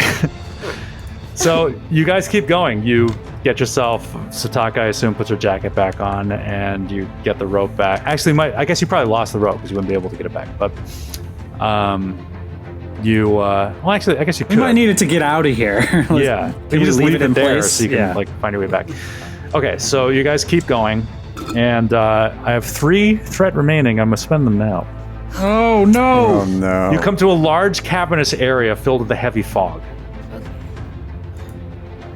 It's standing right between you and the path that you're on. What do you do? Can I use the medical tricorder to see if it's poisonous or there's some kind of yes. danger Yeah. to the fog? Yeah. So, Fred, you use the medical tricorder, and yeah, it is poisonous. Oh. We're not going to want to breathe that fog. It's poison. Well, we tried. Could I? So is it just like the entire area is just covered in fog, Skid? Yeah, but it's like it's kind of it's a depression like in the cave, and it like goes down into fog. So if you look around, you see that there are ledges around it that you could traverse, but they're narrow and they look kind of dangerous. And I am, as we covered, not very fit. No. Could I perhaps use something in my basic repair kit to construct some sort of explosion that would burn away the gas? Or burn away the fog? Ooh. You know what? Chemistry. I would let you use I would let you use determination to do that, if you want to do that. All right. Do you have a value that would apply? I mean, I could use my... Or actually, you could use... I'd let you use a momentum too. You have 2 points of momentum. So you could spend that, or you could use determination. Why don't I try to use the momentum? And then so then you want a roll? Yeah. Then, okay. Then give... No. Actually, it doesn't work that way. So what that does, but with these 2 momentum that you spend, that gives you a trait, an advantageous trait to the situation. The trait is you built this like incendiary device that can be used to burn up the fog. So yeah, you can just use it. Okay, great. Everyone, take cover! Fire in the hole! And he throws it into the fog, and he covers his head. He dives down and covers his head. Okay, it's like... and all sizzles, and this horrible, acrid scent just like assaults all of your nostrils. Oh God! And yeah, it's just like it's horrible. But then after the smoke clears, you look up and it's gone. Smells like a garbage truck. Yes, What's a garbage truck? I'll tell you later. It's, What's a truck? I don't know what a truck is, but the garbage what's scent... garbage? It just turns into The replicated replicator knows what juice. a garbage truck is. I'm just Just never thought to program one in. Why would you want a garbage truck in your fantastical scenario? I once had a friend who took me on a garbage truck scenario on the holodeck, and we just went around and picked up humans' waste products and Picking threw up them into the garbage. back of the I bet vehicle. you enjoyed that, didn't you, Arf? I did. It was very soothing, and it really appealed to my sense of control. Good. Glad you got something useful out of that. so Chuck is just looking at the commander like, No, I highly recommend it as... I don't mean to overstep, counselor, but as therapy. Garbage truck scenario number 2 on the holodeck. Yes, I myself have partaken of the garbage truck program number 4. Oh, number 4. Number 4. Is that That's my Dr. favorite Karax? Who says that? one. Dr. Karax. I'm like, yeah. oh, maybe yes. I should. No, it goes through the good neighborhood. So you get the most interesting garbage. Ooh. Very relaxing, very therapeutic. Okay. Totally agree. Did you get to do the thing where you compress the garbage in the vehicle Oh, yes, using you the pull hydraulic? the thing and it comes down and it crushes it down. Oh, so satisfying to behold. It really is. It's better Interesting than any kind of odors. energy ribbon you'd want to see or anything. It's way better than that. Simple pleasures of the past, am I right, gentlemen? Oh, I believe it. And by the way, Fred, that's not the secret. It's another thing. Yeah. Oh, what? Okay, I'll keep my The ears secret open. isn't that I like picking up garbage. In case you're wondering. Okay, thanks, Dr. Karax. Thank you, Off. So you guys keep going down through these tunnels. And after this is several hours now. Wow. You see some light breaking ahead through the darkness. And you've actually seen a little bit of light like on your journey here, but it's been like phosphorescent fungus. But this is not that. This is the bright harshness of artificial lighting. And it looks like a cave-in, probably caused by one of the recent disturbances, caused a rupture into through the natural rock into an artificially carved and lit corridor. Artificially, and you you say. can see it there in the distance. Can I scan with the tricorder and make sure everything is still structurally sound before Sure. we venture into there? Yep. Yeah, you scan and everything looks okay at this point. We Can should we proceed ask- with caution. I turn go to ahead. Captain Thema and I say, "Is this ring a bell? These passages?" This is nothing I have ever heard of before. This should not be here.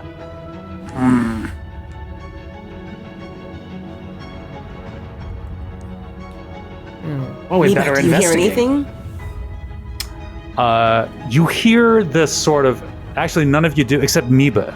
Meba yeah, hears she hear this anything. sort of, this like really low frequency hum that is sort of like the kind of like something you would hear like around like electrical generators or something, but it's a different frequency than anything you've kind of heard before. It's very unusual, So and I it's tell very everyone very that. quiet.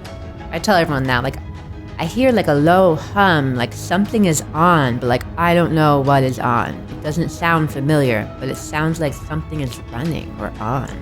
Very low. We should proceed with caution. So you guys go into this tunnel. Yeah. Yeah. Okay. With caution, like Meba said.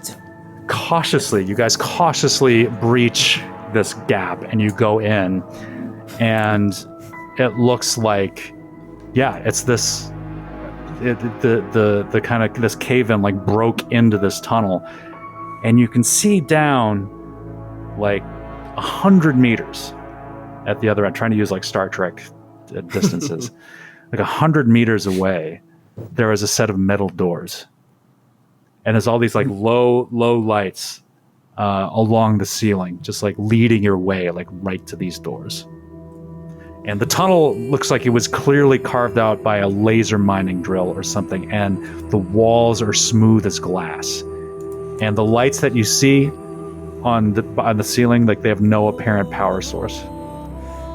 Do I recognize any of the design? No, not at all. Okay. Not at all. Could I use like my investigation focus at all, just to like generally investigate what put this here or what it is? You in this situation, like you have no context at all. I'll like use your ability to be able to do that and say like, no, this is like nothing you've ever seen. This is some kind of alien tech that is completely unfamiliar. And Captain Thena, you have no idea. This you have no idea what's going on here. Nothing. No, I've never heard of anything like this here. This, as I say, this should not be here at all. This is well beyond the Sleethar's technological capabilities. Who are the Sleethar? Oh, an old Earth legend. Don't worry about it. I'm sure it's nothing. It's a common expression amongst your people, isn't it, Fred? Yeah, real Sleethar bags, we call them. Untrustworthy people. So do you guys move down this corridor? Do you move down? Yes. Go towards Toward the door. Okay, so you guys make your way down this corridor, cautiously again, I assume. And once you get within like a couple of meters of the door, this door like slides open silently, and you see this like little sort of like a well-lit room inside. It's kind of this like the side. It's like a small room. It's like a little small room inside. Hello? There's no answer. No answer is forthcoming. Nobody answered, you guys.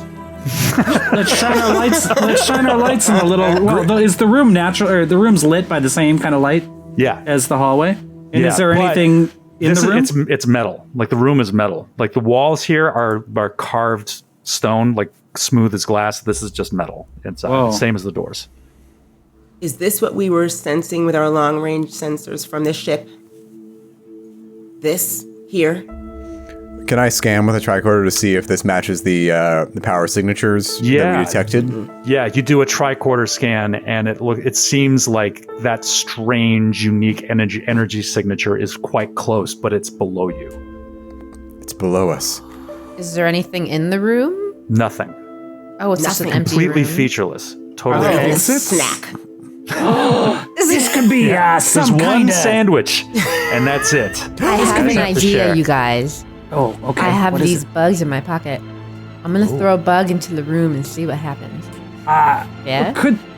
That's a great idea. Let's give it a shot. Let's do it. Okay. It's like throwing you- lunch away, but if that's what you want to do. Exactly. Miba, are you sure you want to give up your meal? That's a sacrifice. This isn't my meal, No, it it's a isn't. business opportunity. Right. Fair enough. And there might be a bigger one wherever we're going. Gotta spend I money can to make keep my money. bugs, and you can figure out something else. No. I think you Trying should to be try a it. team player. Yeah, you try it. Try Okay. it. By all Throw means. your bugs. Throw a bug in the So you room. throw a bug into the room, and the minute like the bug like boom, lands on the floor, it's like the doors shut, and they're shut for a little while. They're shut for like 2 or 3 minutes, and after 2 or 3 minutes, it's like they soundlessly slide open again, and the bug is still standing there in the center of the floor. I think it might be some kind of alien turbo lift. The bug is still there. Okay. If we do have to go down, that would. Great logical deduction, Fred. Yeah, we used to call gold them star. elevators. What's an elevator? It's like an old turbo lift. Oh, okay. All right. All right. We should all go in together so we all ride together because you don't Yeah. want to get separated in different elevators. Everybody and then you're step on in at the different same floors. time. Yeah. Okay, Hopefully You it's all- not a trap. you all get in. Yes. Yeah. Okay. Yeah, that's not a Everybody trap. files into this room, and the second the last person has entered, the doors shut, and you can feel the room. You can feel it moving, like you can feel motion, and you hear me, but like you hear a different kind of hum, but it's like very low. But only you can hear it. It's just like you can feel this kind of. You can hear this kind of whirring, and you know you're all in motion, but you're not sure how fast or how far you go. But after like a minute and a half, the doors slide open again. And welcome to scene 4. Scene 4. Scene 4. It's the old woman from scene 24. Doors open.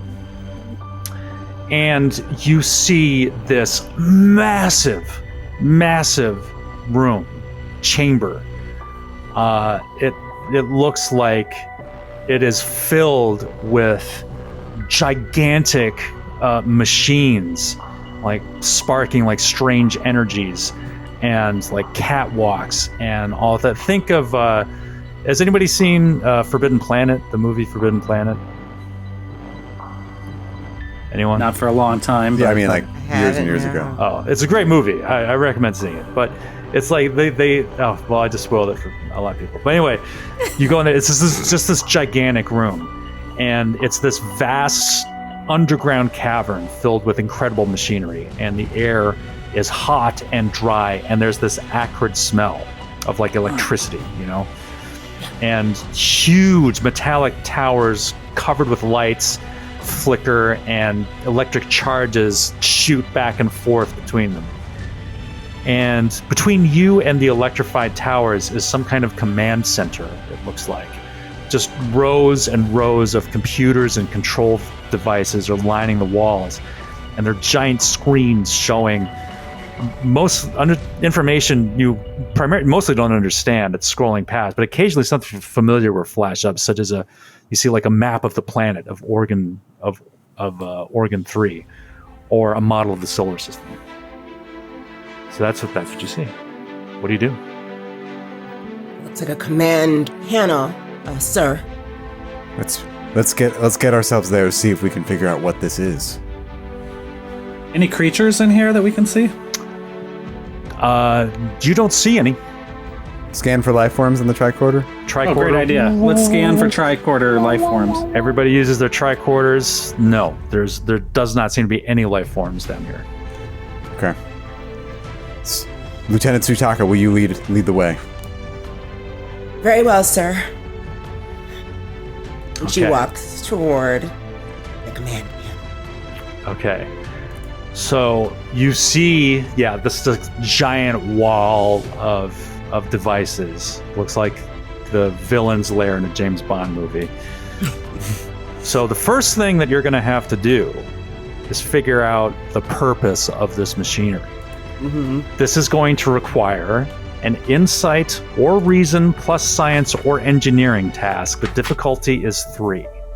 This is Arf's jam. There you go. I can assist. Okay. It's time to shine. I can assist with insight. Okay. I have focuses that probably would apply, but so electroplasma power system, advanced theoretical physics, alien technology. Alien tech. We use alien tech. Okay. All right. So I have an insight of 12 and an engineering of 5, so my magic number is 17. Yes. Nice. Oh, that's great. And then any result 5 or lower will give you 2 successes. So who's assisting? You roll 2 or 1? Anyone assisting rolls 1 die. 1 dice. I have an automatic. Is there a success with limit to the insight. number of people who can assist? In this situation, no. Anybody can assist. But we can also But contribute you will, critical you will fails. also, yes, exactly. The more people rolling dice, the more chances you have of rolling a complication. So I'll try. I'll help. Okay. Skid, I rolled a 5, so I get Okay. a crit, but then I Okay. also rolled a 19. okay, so you have 2 successes. Can anyone help? This is a difficulty of 3. You I need rolled one a 2. more. You rolled a 2? Yeah. Okay. Fred is going to step forward and help, and he Okay. accidentally hits a button with his elbow and rolls a 20. Oh no! Oh no! Oh, okay. That is a complication. Sorry. I'm just gonna rest here. It's been a long. Oh! So yeah, Fred rests his elbow on a panel, and it's like boom. This like flashes, it's just like like goes up. Sutaka, can you help? The next task that you take is going to be the difficulty is going to be increased by 1 because Fred set off some kind of security alarm or something. But you are able. So that was that everybody that wanted to help. I have an automatic success with my insight. What Okay. does that mean? You roll a die just to see if you get a complication. 17. Okay, you're okay. You just That's avoided it. a complication. So very good. so you get 1 momentum back. So you have a total of 1. Yay. So you are able to learn, like after Arf is like in his element here, and with everyone's help, you are able to determine that this machinery was built millennia ago, but you do not know who did it. There's some unknown species put this together, but it clearly, like after fiddling with it, it monitored every aspect of this planet: the geological makeup, electromagnetic fields, atmospheric conditions, and incredibly, it looks like it can also affect all of these things. Everything from weather control to affecting geological stability. Geological stability, you say? Exactly, yes. And you further learn that the planet was at some time in its past moved from a different orbit to its current orbit, and events that required an amount of power that you can't even imagine. And it appears that the machinery appears to, at least in part, have been able to compensate for the stresses that resulted from this move. And there's also some other purpose that you are not able to decipher at this point.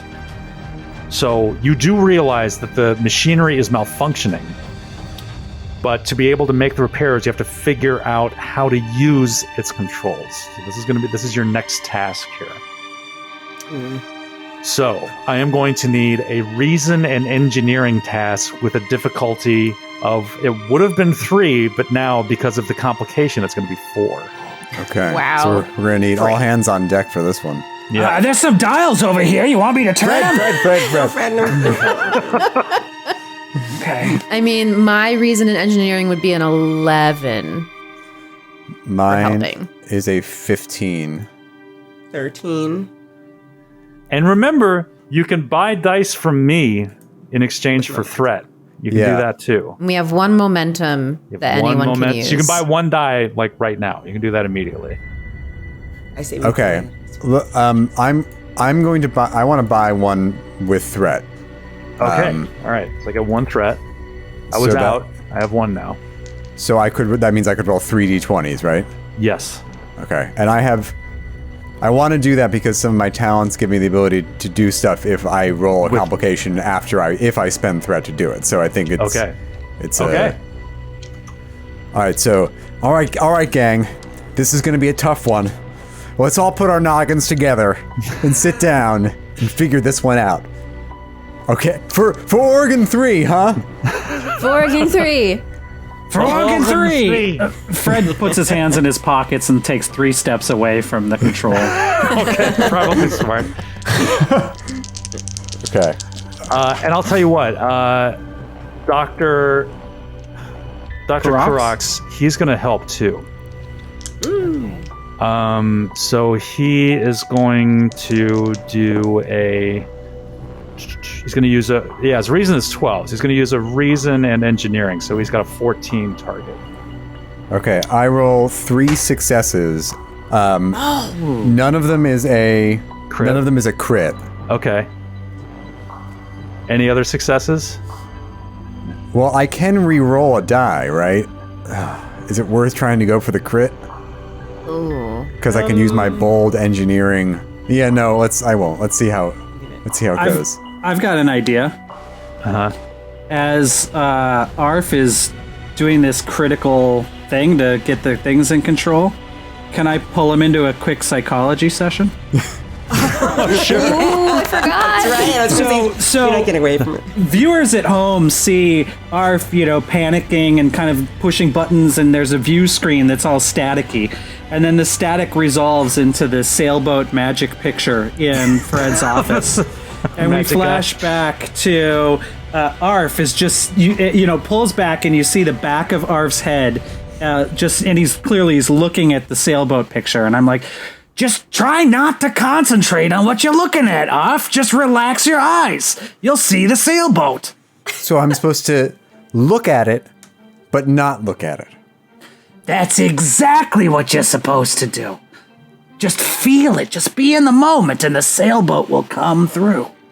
Counselor, I'm going to be honest. I feel like I'm sensing a little bit of frustration from you.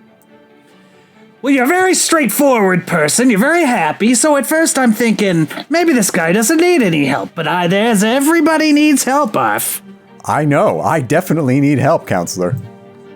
I know, but every time we have one of these meetings, you never really get to the root of your problems. You just compliment me and you say, this couch is so comfortable. Your office is beautiful. I like the way you smell. I appreciate these things, believe me. But Counselor, we need can to I get to the help it if your root of office the is issue. beautiful and your couch is comfortable and you do smell fantastic? I've been told that's Dracar Noir. Look it up in the replicator. Well, all right. So what troubles you off? Let's crack this nut. Well, let me give you an example. The other day, Commander came down to main engineering, and he said, I was doing some work on the warp core. I was just, I was fiddling with things, tinkering, trying to get a couple extra ounces of energy from that warp core. And Commander looked over my shoulder and he said, "That looks interesting." What do you think he meant by that? I think he probably meant that what you were doing was piqued his. I think you gotta take it on face value. Off. He's one of these birdmen. They don't mess around. They're very straightforward. But he could have said, "Don't do He's that." an Aurelian. Now I once read a story about an Aurelian, and let me tell you, they're straight shooters. This is my point exactly. If he wanted to compliment me, he could have said, "Great job, Commander." If he wanted to tell me to knock it off, he could have said, "Commander, please stop that." But instead, he said, "Isn't that interesting?" I think you gotta just not analyze stuff so much. It's like the magic picture. Try to look through the problem. Don't look for the problems. Just try to look through the problem. Look through the problem. Yeah. And then at that, it goes back into the static of the image, and Fred approaches Arf and puts his hand on his shoulder and goes, Look through the problem. and I want to spend a point of determination to see if that helps in some way. Okay, all right. Yeah, you could do that. So you can spend that to do an automatic crit success if you want to do that. There you go. Let's do that. Okay. It's really Arf's automatic crit success, but I'm just helping. That's great. Yeah, you're able to motivate him to new heights. And actually, Dr. Crocs is like, Oh, I see. If you turn this dial, that changes the maps. There's there's the weather. There's the isn't that clever? So he got a success too. See the sailboat. That gets you two bonus successes. So you get 2 momentum back from that. 8. And Arf turns to Fred and goes, I saw it, Fred. I saw the sailboat. Yeah. I saw the sailboat. Sutaka, what are they talking about? There's no a sailboat in here. What is going on here?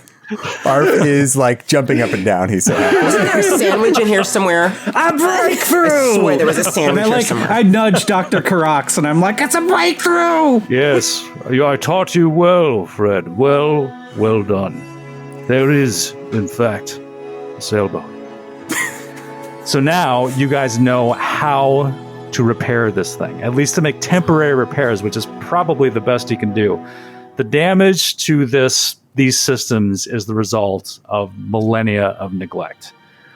So yeah, you can't do a complete repair. It's too complex. A full restoration would take years.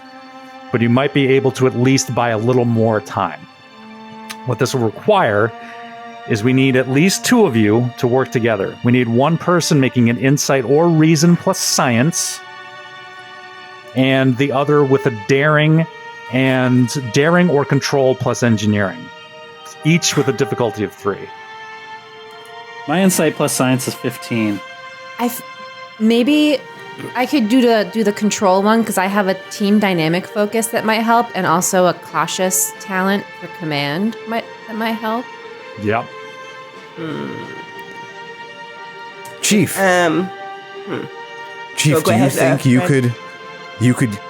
you and Fred could work together as a team and I'll assist you? Miba, you're the chief. Sorry. It's just her hair. I was petty officer, but okay, I'm chief. You assist me? I'll assist you. Ooh. That way we all learn.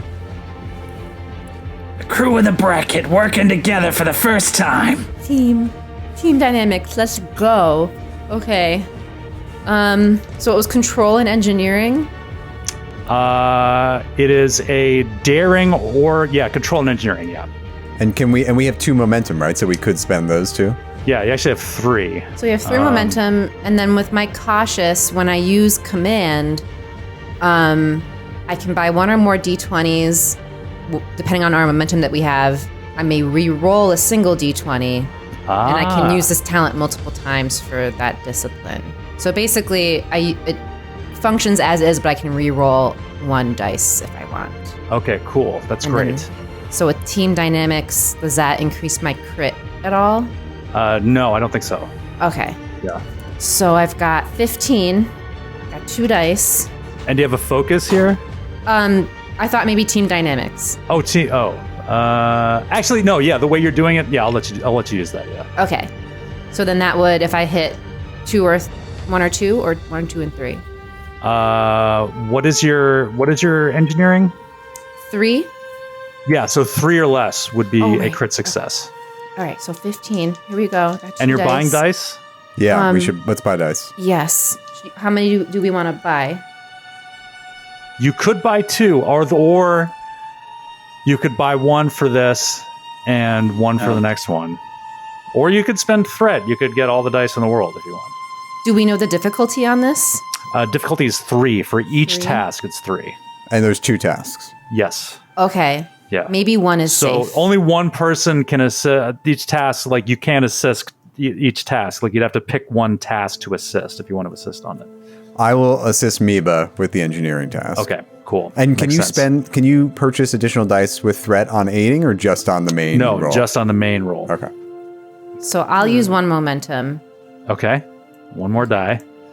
And you can re-roll that 1. Okay. Ooh. Okay. I got 2 2s and an 18. Oh, Wow. So I guess I'll re-roll the 18 sure.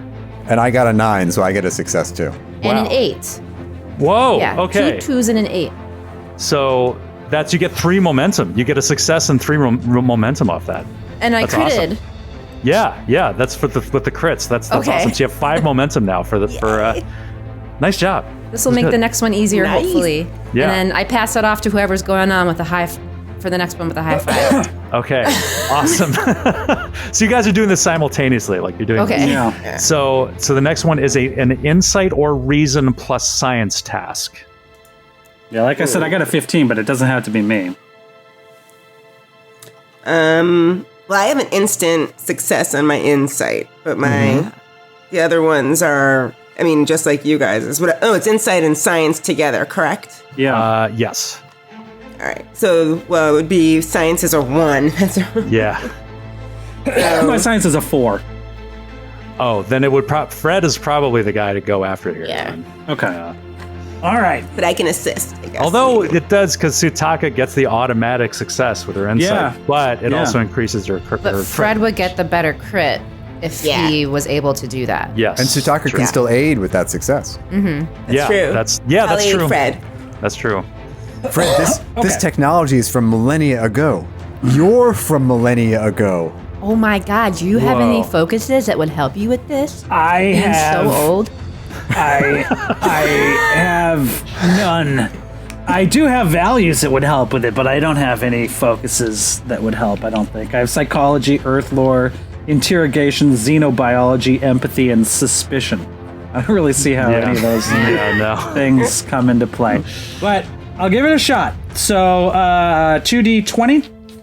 Yep, 2d20. Remind me how untapped potential works one more time. Oh shit! Yeah. Oh, right. Okay. So let me look that up again. This is my big moment. This is Because huge. you're going to buy momentum with this, probably, right?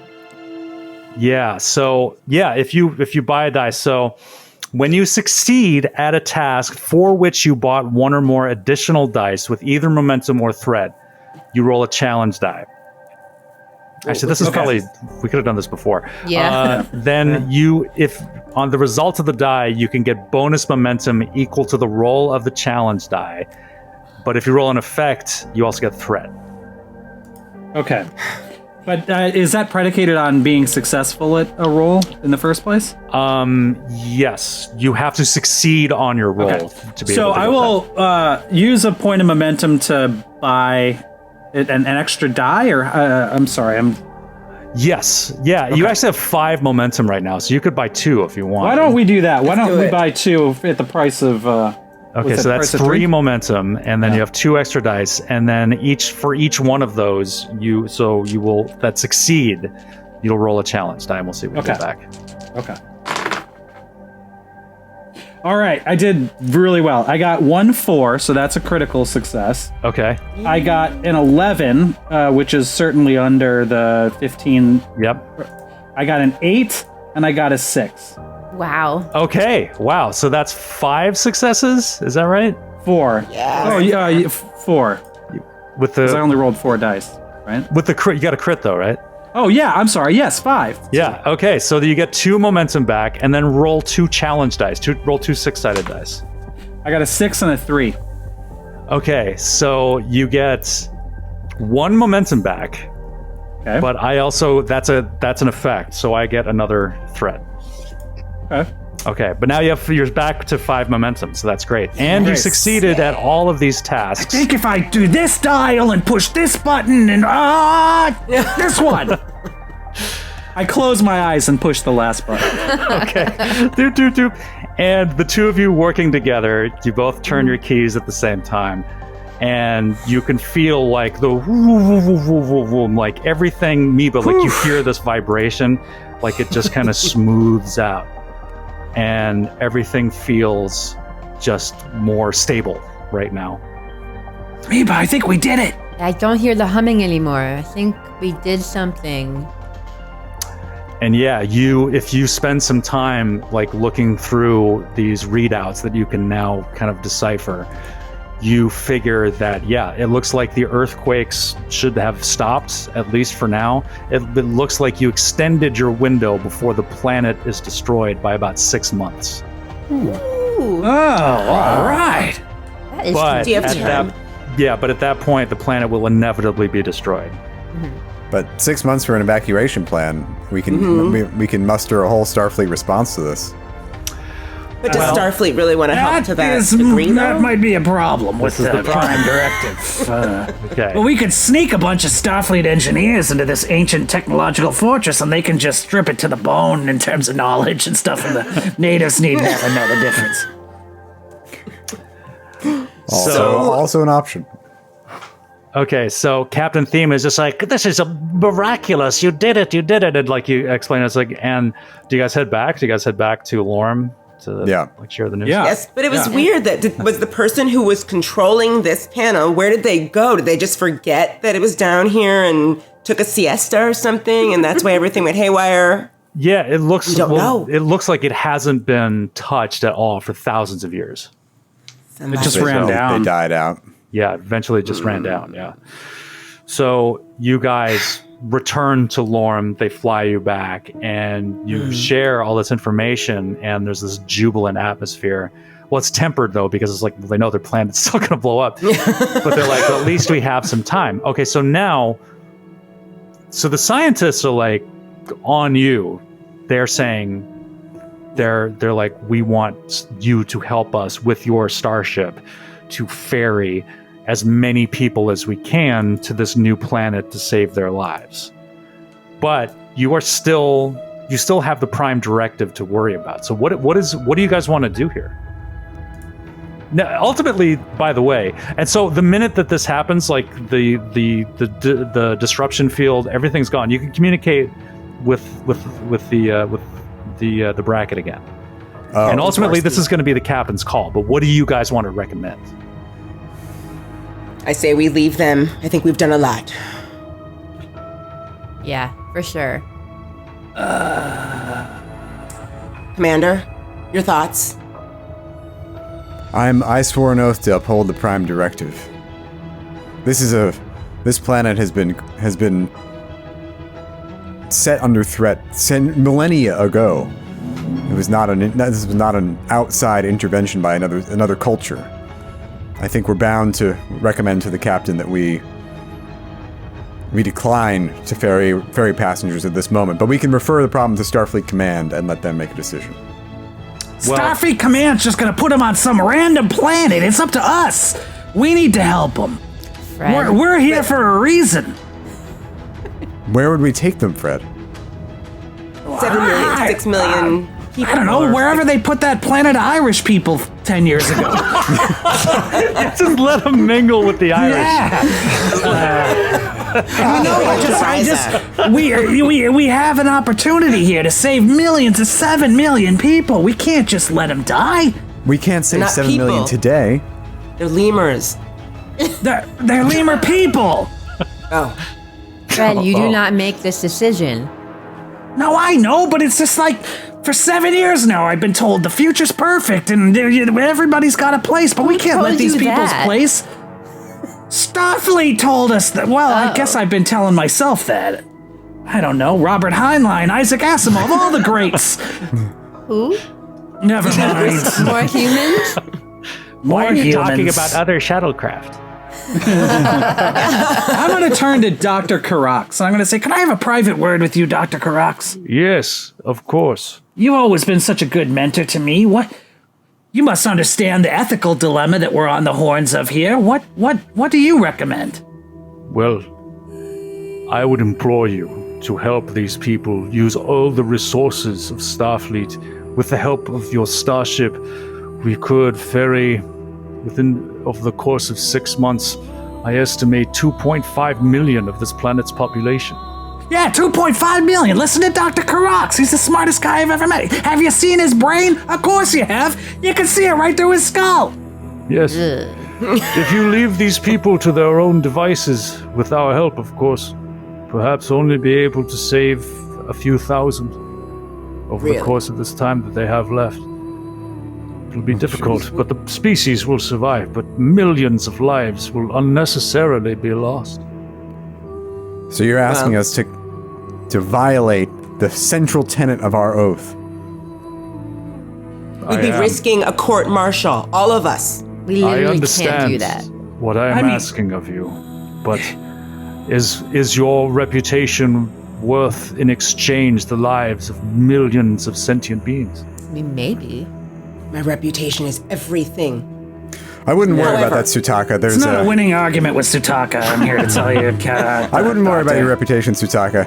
As we are the protagonists of this adventure, Starfleet is generally very kind to those who violate the Prime Directive and lead the series, as it were. I think you're right in that it's up to Captain Swarsky here. But we've gotta make a recommendation, and we want to make that recommendation with our hats. With our hats? Make it with hats? What are hats? No one's wearing any hats. Hats. Fred, your ancient ways of compassion have moved me. Oh, that's right. I join your recommendation to Captain Oh, good. Swarsky. I've destroyed all of our careers today. Look, it's up to the captain, but at least give the captain the opportunity to make the right decision. I mean, if we get to come back to this planet and I can collect more of those bugs for my booming bug business, then I guess I'll recommend to the captain too that we help these lemurs. I think that's the right thing to do. I'm not used to doing the right thing, but it sounds like this is something I'm supposed to do. Commander? Well, I read in a play once that does anyone really realize life while they live it? And the play said only the saints and the poets, but today we get to realize, let's do it! That's from our town. Hell yeah, it is. You went to the program, the holodeck program. Oh, I'm so proud of you. Breakthrough! That's a huge breakthrough. Is there another sailboat? Like, I don't understand. Yeah, we'll get to it in our next session. Okay. So what do you guys want to do? Do you want to just use your communicators now, or do you want to? I'm gonna recommend. Or do you want to like go back up and like make? I think we gotta look the captain in the eye and give him the opportunity to do the right thing. Yeah, let's do that. Okay. Let's do it. Fred's very persuasive in person. You know, when you give people all the right information, they always make the right decision. That's true. That's one of my values. I have I can no idea what that negotiate, means. too. Okay. Persuasion, yes. Ooh, That's okay. true. That's true. Yeah, you have some skills there too. So you guys pile back into the Flying Squirrel and you go back up to the bracket, and there's again like you're able to like share the results of like everything that happened. There's some like huge interest and like a lot of admiration and appreciation for you, and you tell like Captain Swirsky, it's just like you need to like talk to him, I assume. Yeah. And so he says, all right, come into my ready room. And so initially, when you tell him the situation, before you like fully make your case, he says like, he stops, he's like, no, hold on a minute. Like, this is a clear case of the Prime Directive taking precedence over everything. So it's like, we have a clear directive. Like, it's our first and foremost as a reason it's the Prime Directive. If these people, if they're going to be wiped out, it's just like we have to let that happen. That's all we can do. Our hands are tied. All right, so this is his position. So now you guys can make your case. And this is, you tell me like what kind of roll you want to make. This is going to be difficulty 4. 4. So you tell me like how you want to go about this, what kind of rolls you want to make this happen. I feel like we should bring up the fact that they were already like messed with millennia ago. Yep. So maybe that could come into. Could if I it use weren't for them being messed with originally, we wouldn't have been in this position at all. We're just righting an imbalance from before even the Federation existed. Their orbit was altered. Yeah. We found that out. Can I use a I have a value, there are more things in heaven and earth, like the universe is a lot more interesting out there. Can I use that here to get some determination? Absolutely. You can use your determination. Absolutely. That's a great use of that. Yeah. We also have 5 momentum still. Yes, you do. So. Spend it all. All in. Yeah, you can spend 4 of it. So you get 2 dice off of that. That's awesome. Can multiple people use the values to get a determination, or is that only 1 per roll? No, only the primary person making the check can do it. Okay. But if you have a value that will apply to your discipline, then you can use that to expand your crit range. as you're assisting. Okay. So Well, I want to try that because it's like this problem came from the distant past. Fred Rutherford came from the distant past. These two things can come together, just like the two parts of Sutaka's background come together to create their own new person. Me and this old problem smashed together to give me an expanded crit range. okay. It's an aphorism.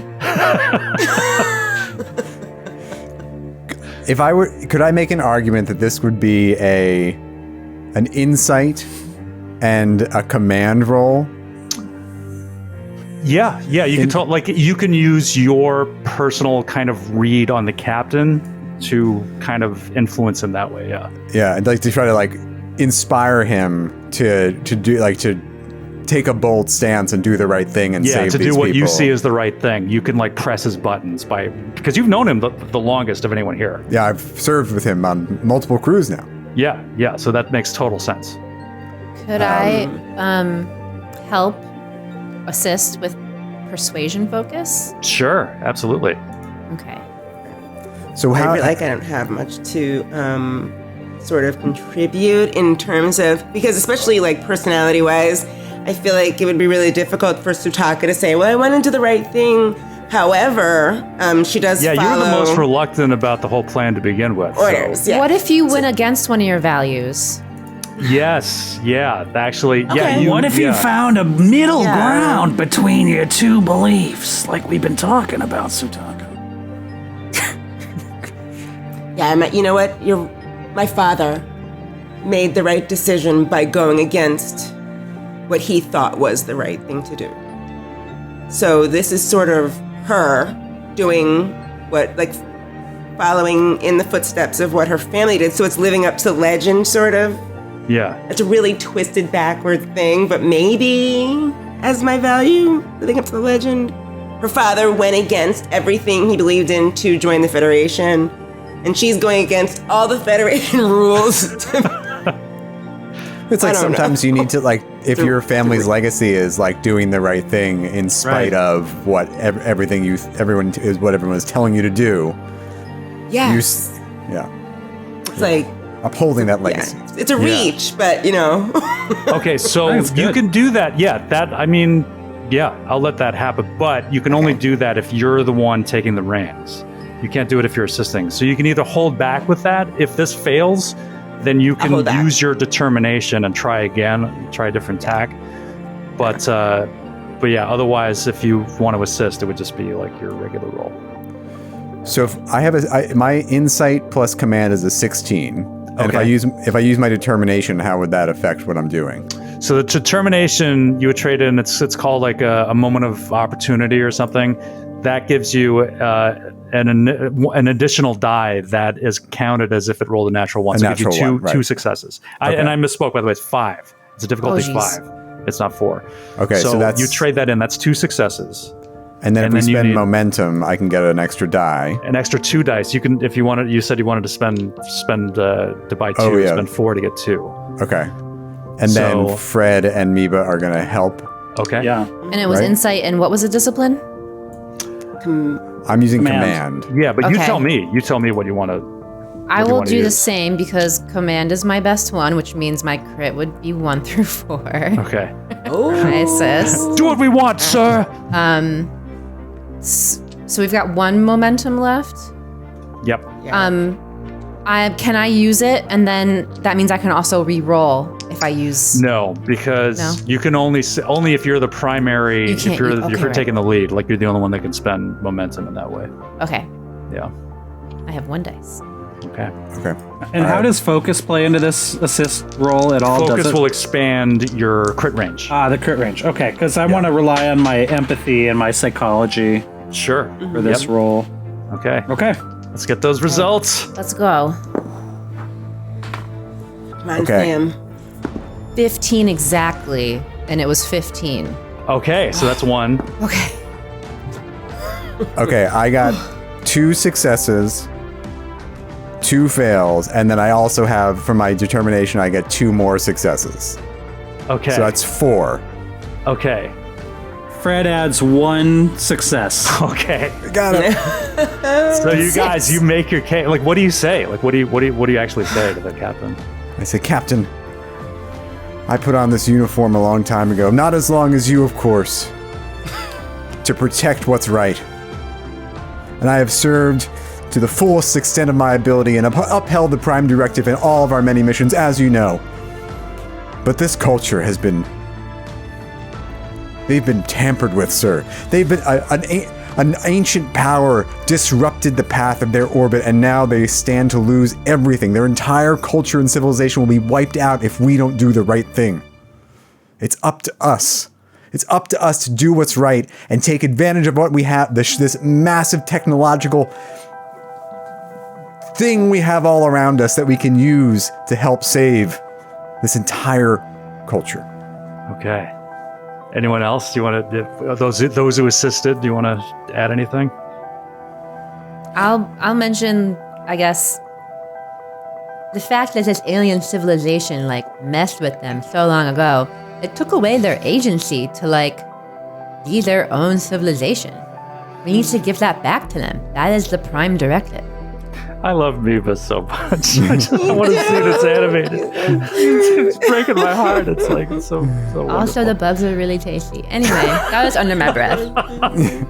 This problem started a long time ago. Take it from someone else who came from a long time ago. This future we're living in together, it's a beautiful thing. The Federation is a beautiful thing, a source of goodness. And part of that goodness, yes, comes from following rules and structure. But part of it comes from doing the right thing. When you're up against a wall, when everything else is working against you, to make the decision in the moment. The history of the Federation, which I've studied extensively, is filled with individuals who made the right call at the right time. This is our time, Captain Schwarsky. This is our opportunity to chart a new future, not just for us, but for 7 million Lormians. It's up to us to make the right decision. It's up to you. Wow. So Captain Swirsky kind of sits back in his chair behind his desk and kind of rubs his forehead.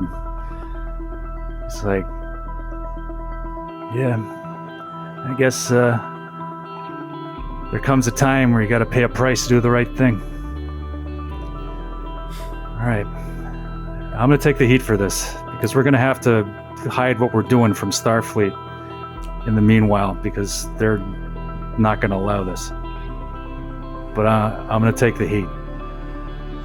Now, is there any way that we can figure out the most unobtrusive way to get these Lormians onto the new planet without bothering the Slethar?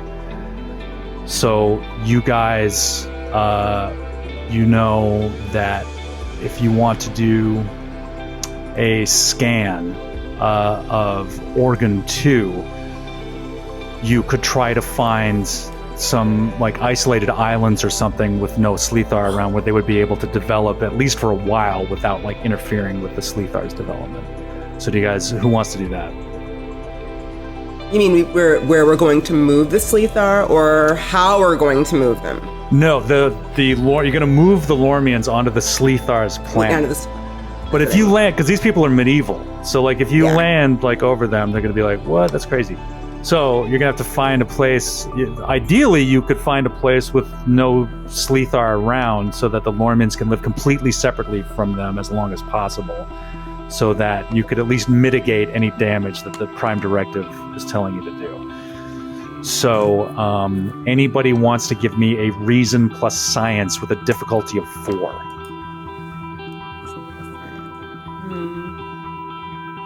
I'm a 10. How are you guys? I'm a 9 and a 1. Oh, I'm an 11. 12. I'm a 13. Oh, we did this, yeah.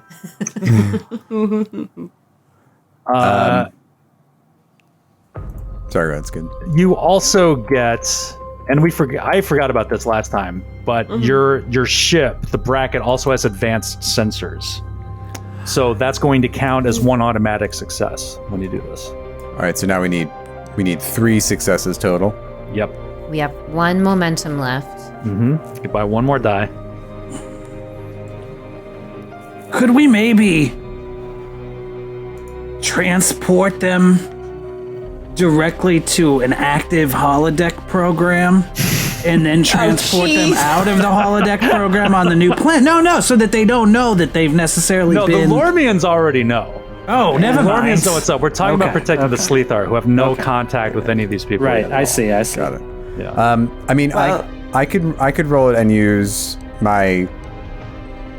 I could try to use one of my focuses. You know, alien technology, advanced theoretical physics to try to get some extra juice out of the sensors. Sure. And you have the ship's power you can use too. And right, I that have a lets focus. me do what? Sorry, go ahead, Alicia. I have a transporters and replicators focus. So maybe I can figure out how to, like, I guess, change some of the properties of the transporters where they can transport, like, a lot of people at one time. Somehow, maybe. Yeah, that can. Yeah, well, that'll come in like when you're actually like moving these people. But right now, you're trying to find a place to move them to. So that's great. Like we can do that when that comes up. But right now, we're just trying to find a place to move them. So, R, if you're gonna make this check, does anyone want to help? I could help. You can. Xenobiology focus? Yeah, I'd let you. I'd let you use that. Yeah, I'm not the best help. And Okay. remind me how power works. I can expand the threat range in exchange for what? Yes, in exchange for additional momentum. So the power on the ship is... Oh, and you have crew support too, which I can't remember exactly how that works. But yeah, you have 11 power. Okay, so we could buy 2 extra dice pretty easily, right? Yeah. All right, so I'll do that, and I'm going to use I'll use my advanced theoretical physics focus to expand my my crit range. Okay. And I'm going to roll 4 dice. I'm going to get 3 successes, right? And who wants to roll? Yes, and who wants to roll for the ship? I'll roll for the ship. If Okay. No one else is. Okay. 2?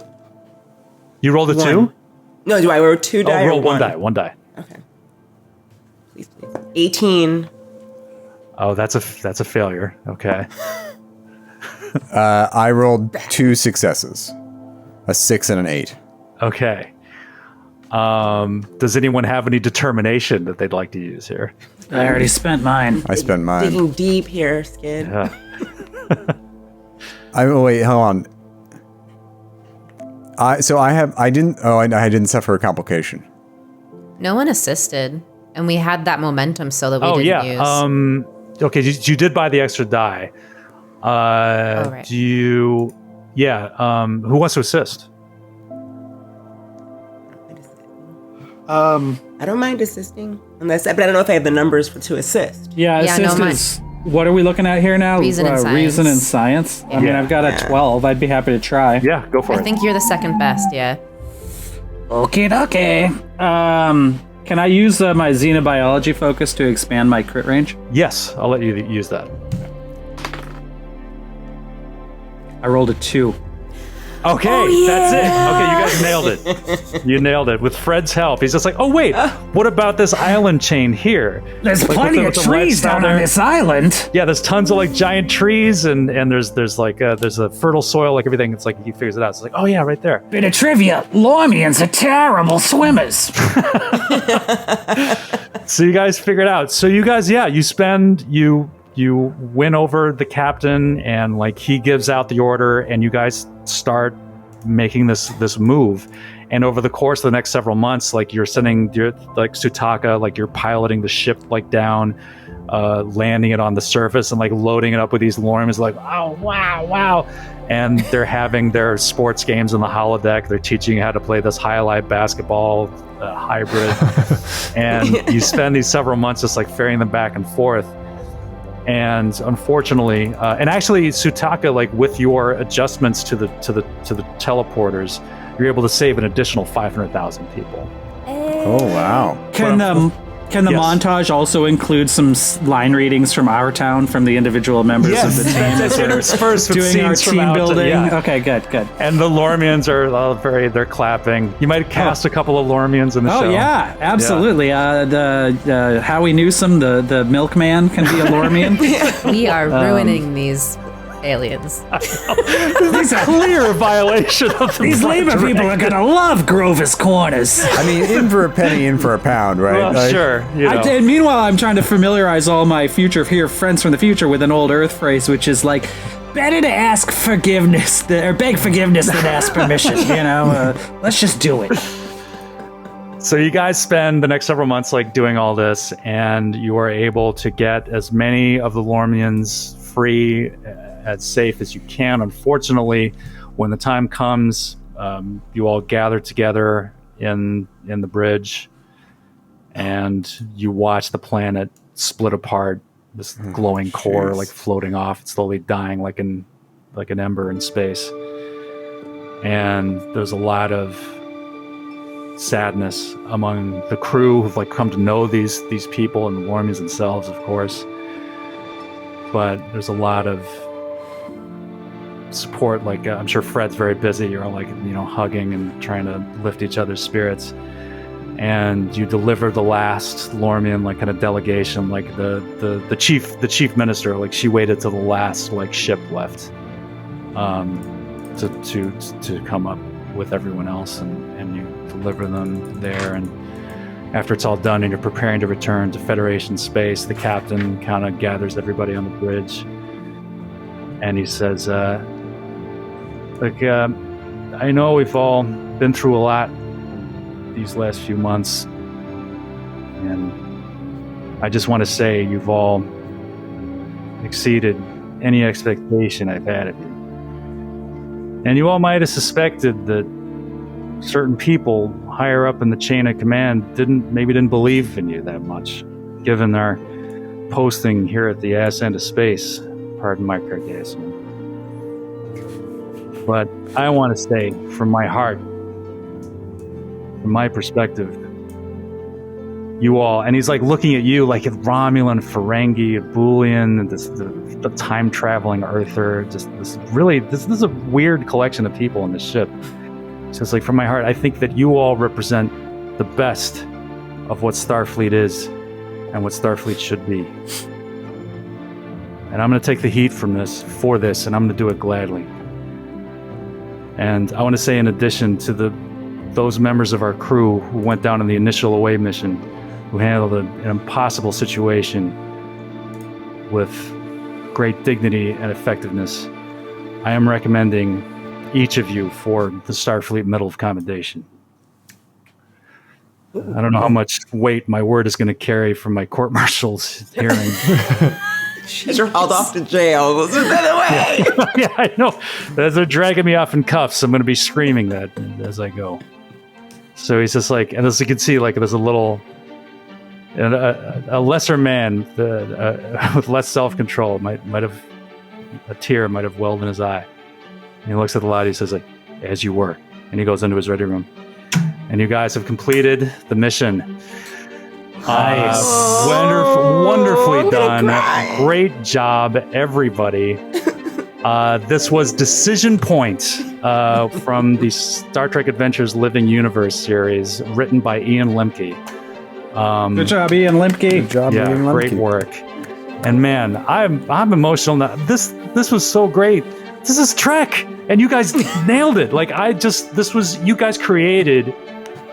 Like I said from the beginning, like you guys created a weird but somehow classic Trek story, and I'm blown away by all of you. So thank you. Thanks, I hope Skid. to work Thanks with for all of running you it. again. That's Yeah. Well, I do too, and I hope one day maybe we get an opportunity to hear what Dr. Karox had to tell me. That'll have to The happen secret is still in a out there. future episode, perhaps. Over the whole 6 months, he never says. No, Every I time could he never tries get to him tell alone. you, somebody like comes walking by and says, like, "Now's not the time." Popular Like, you guy. never hear it.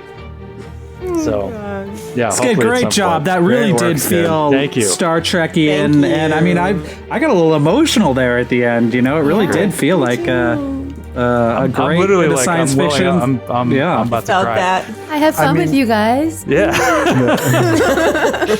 But thank you to Modifius. I also want to thank the Complex Games Apologist on YouTube. I watched a lot of his videos to try to learn this game. The Modifius crew, they did some playthroughs. I talked about Shield of Tomorrow on Geek and Sundry. That's a great series.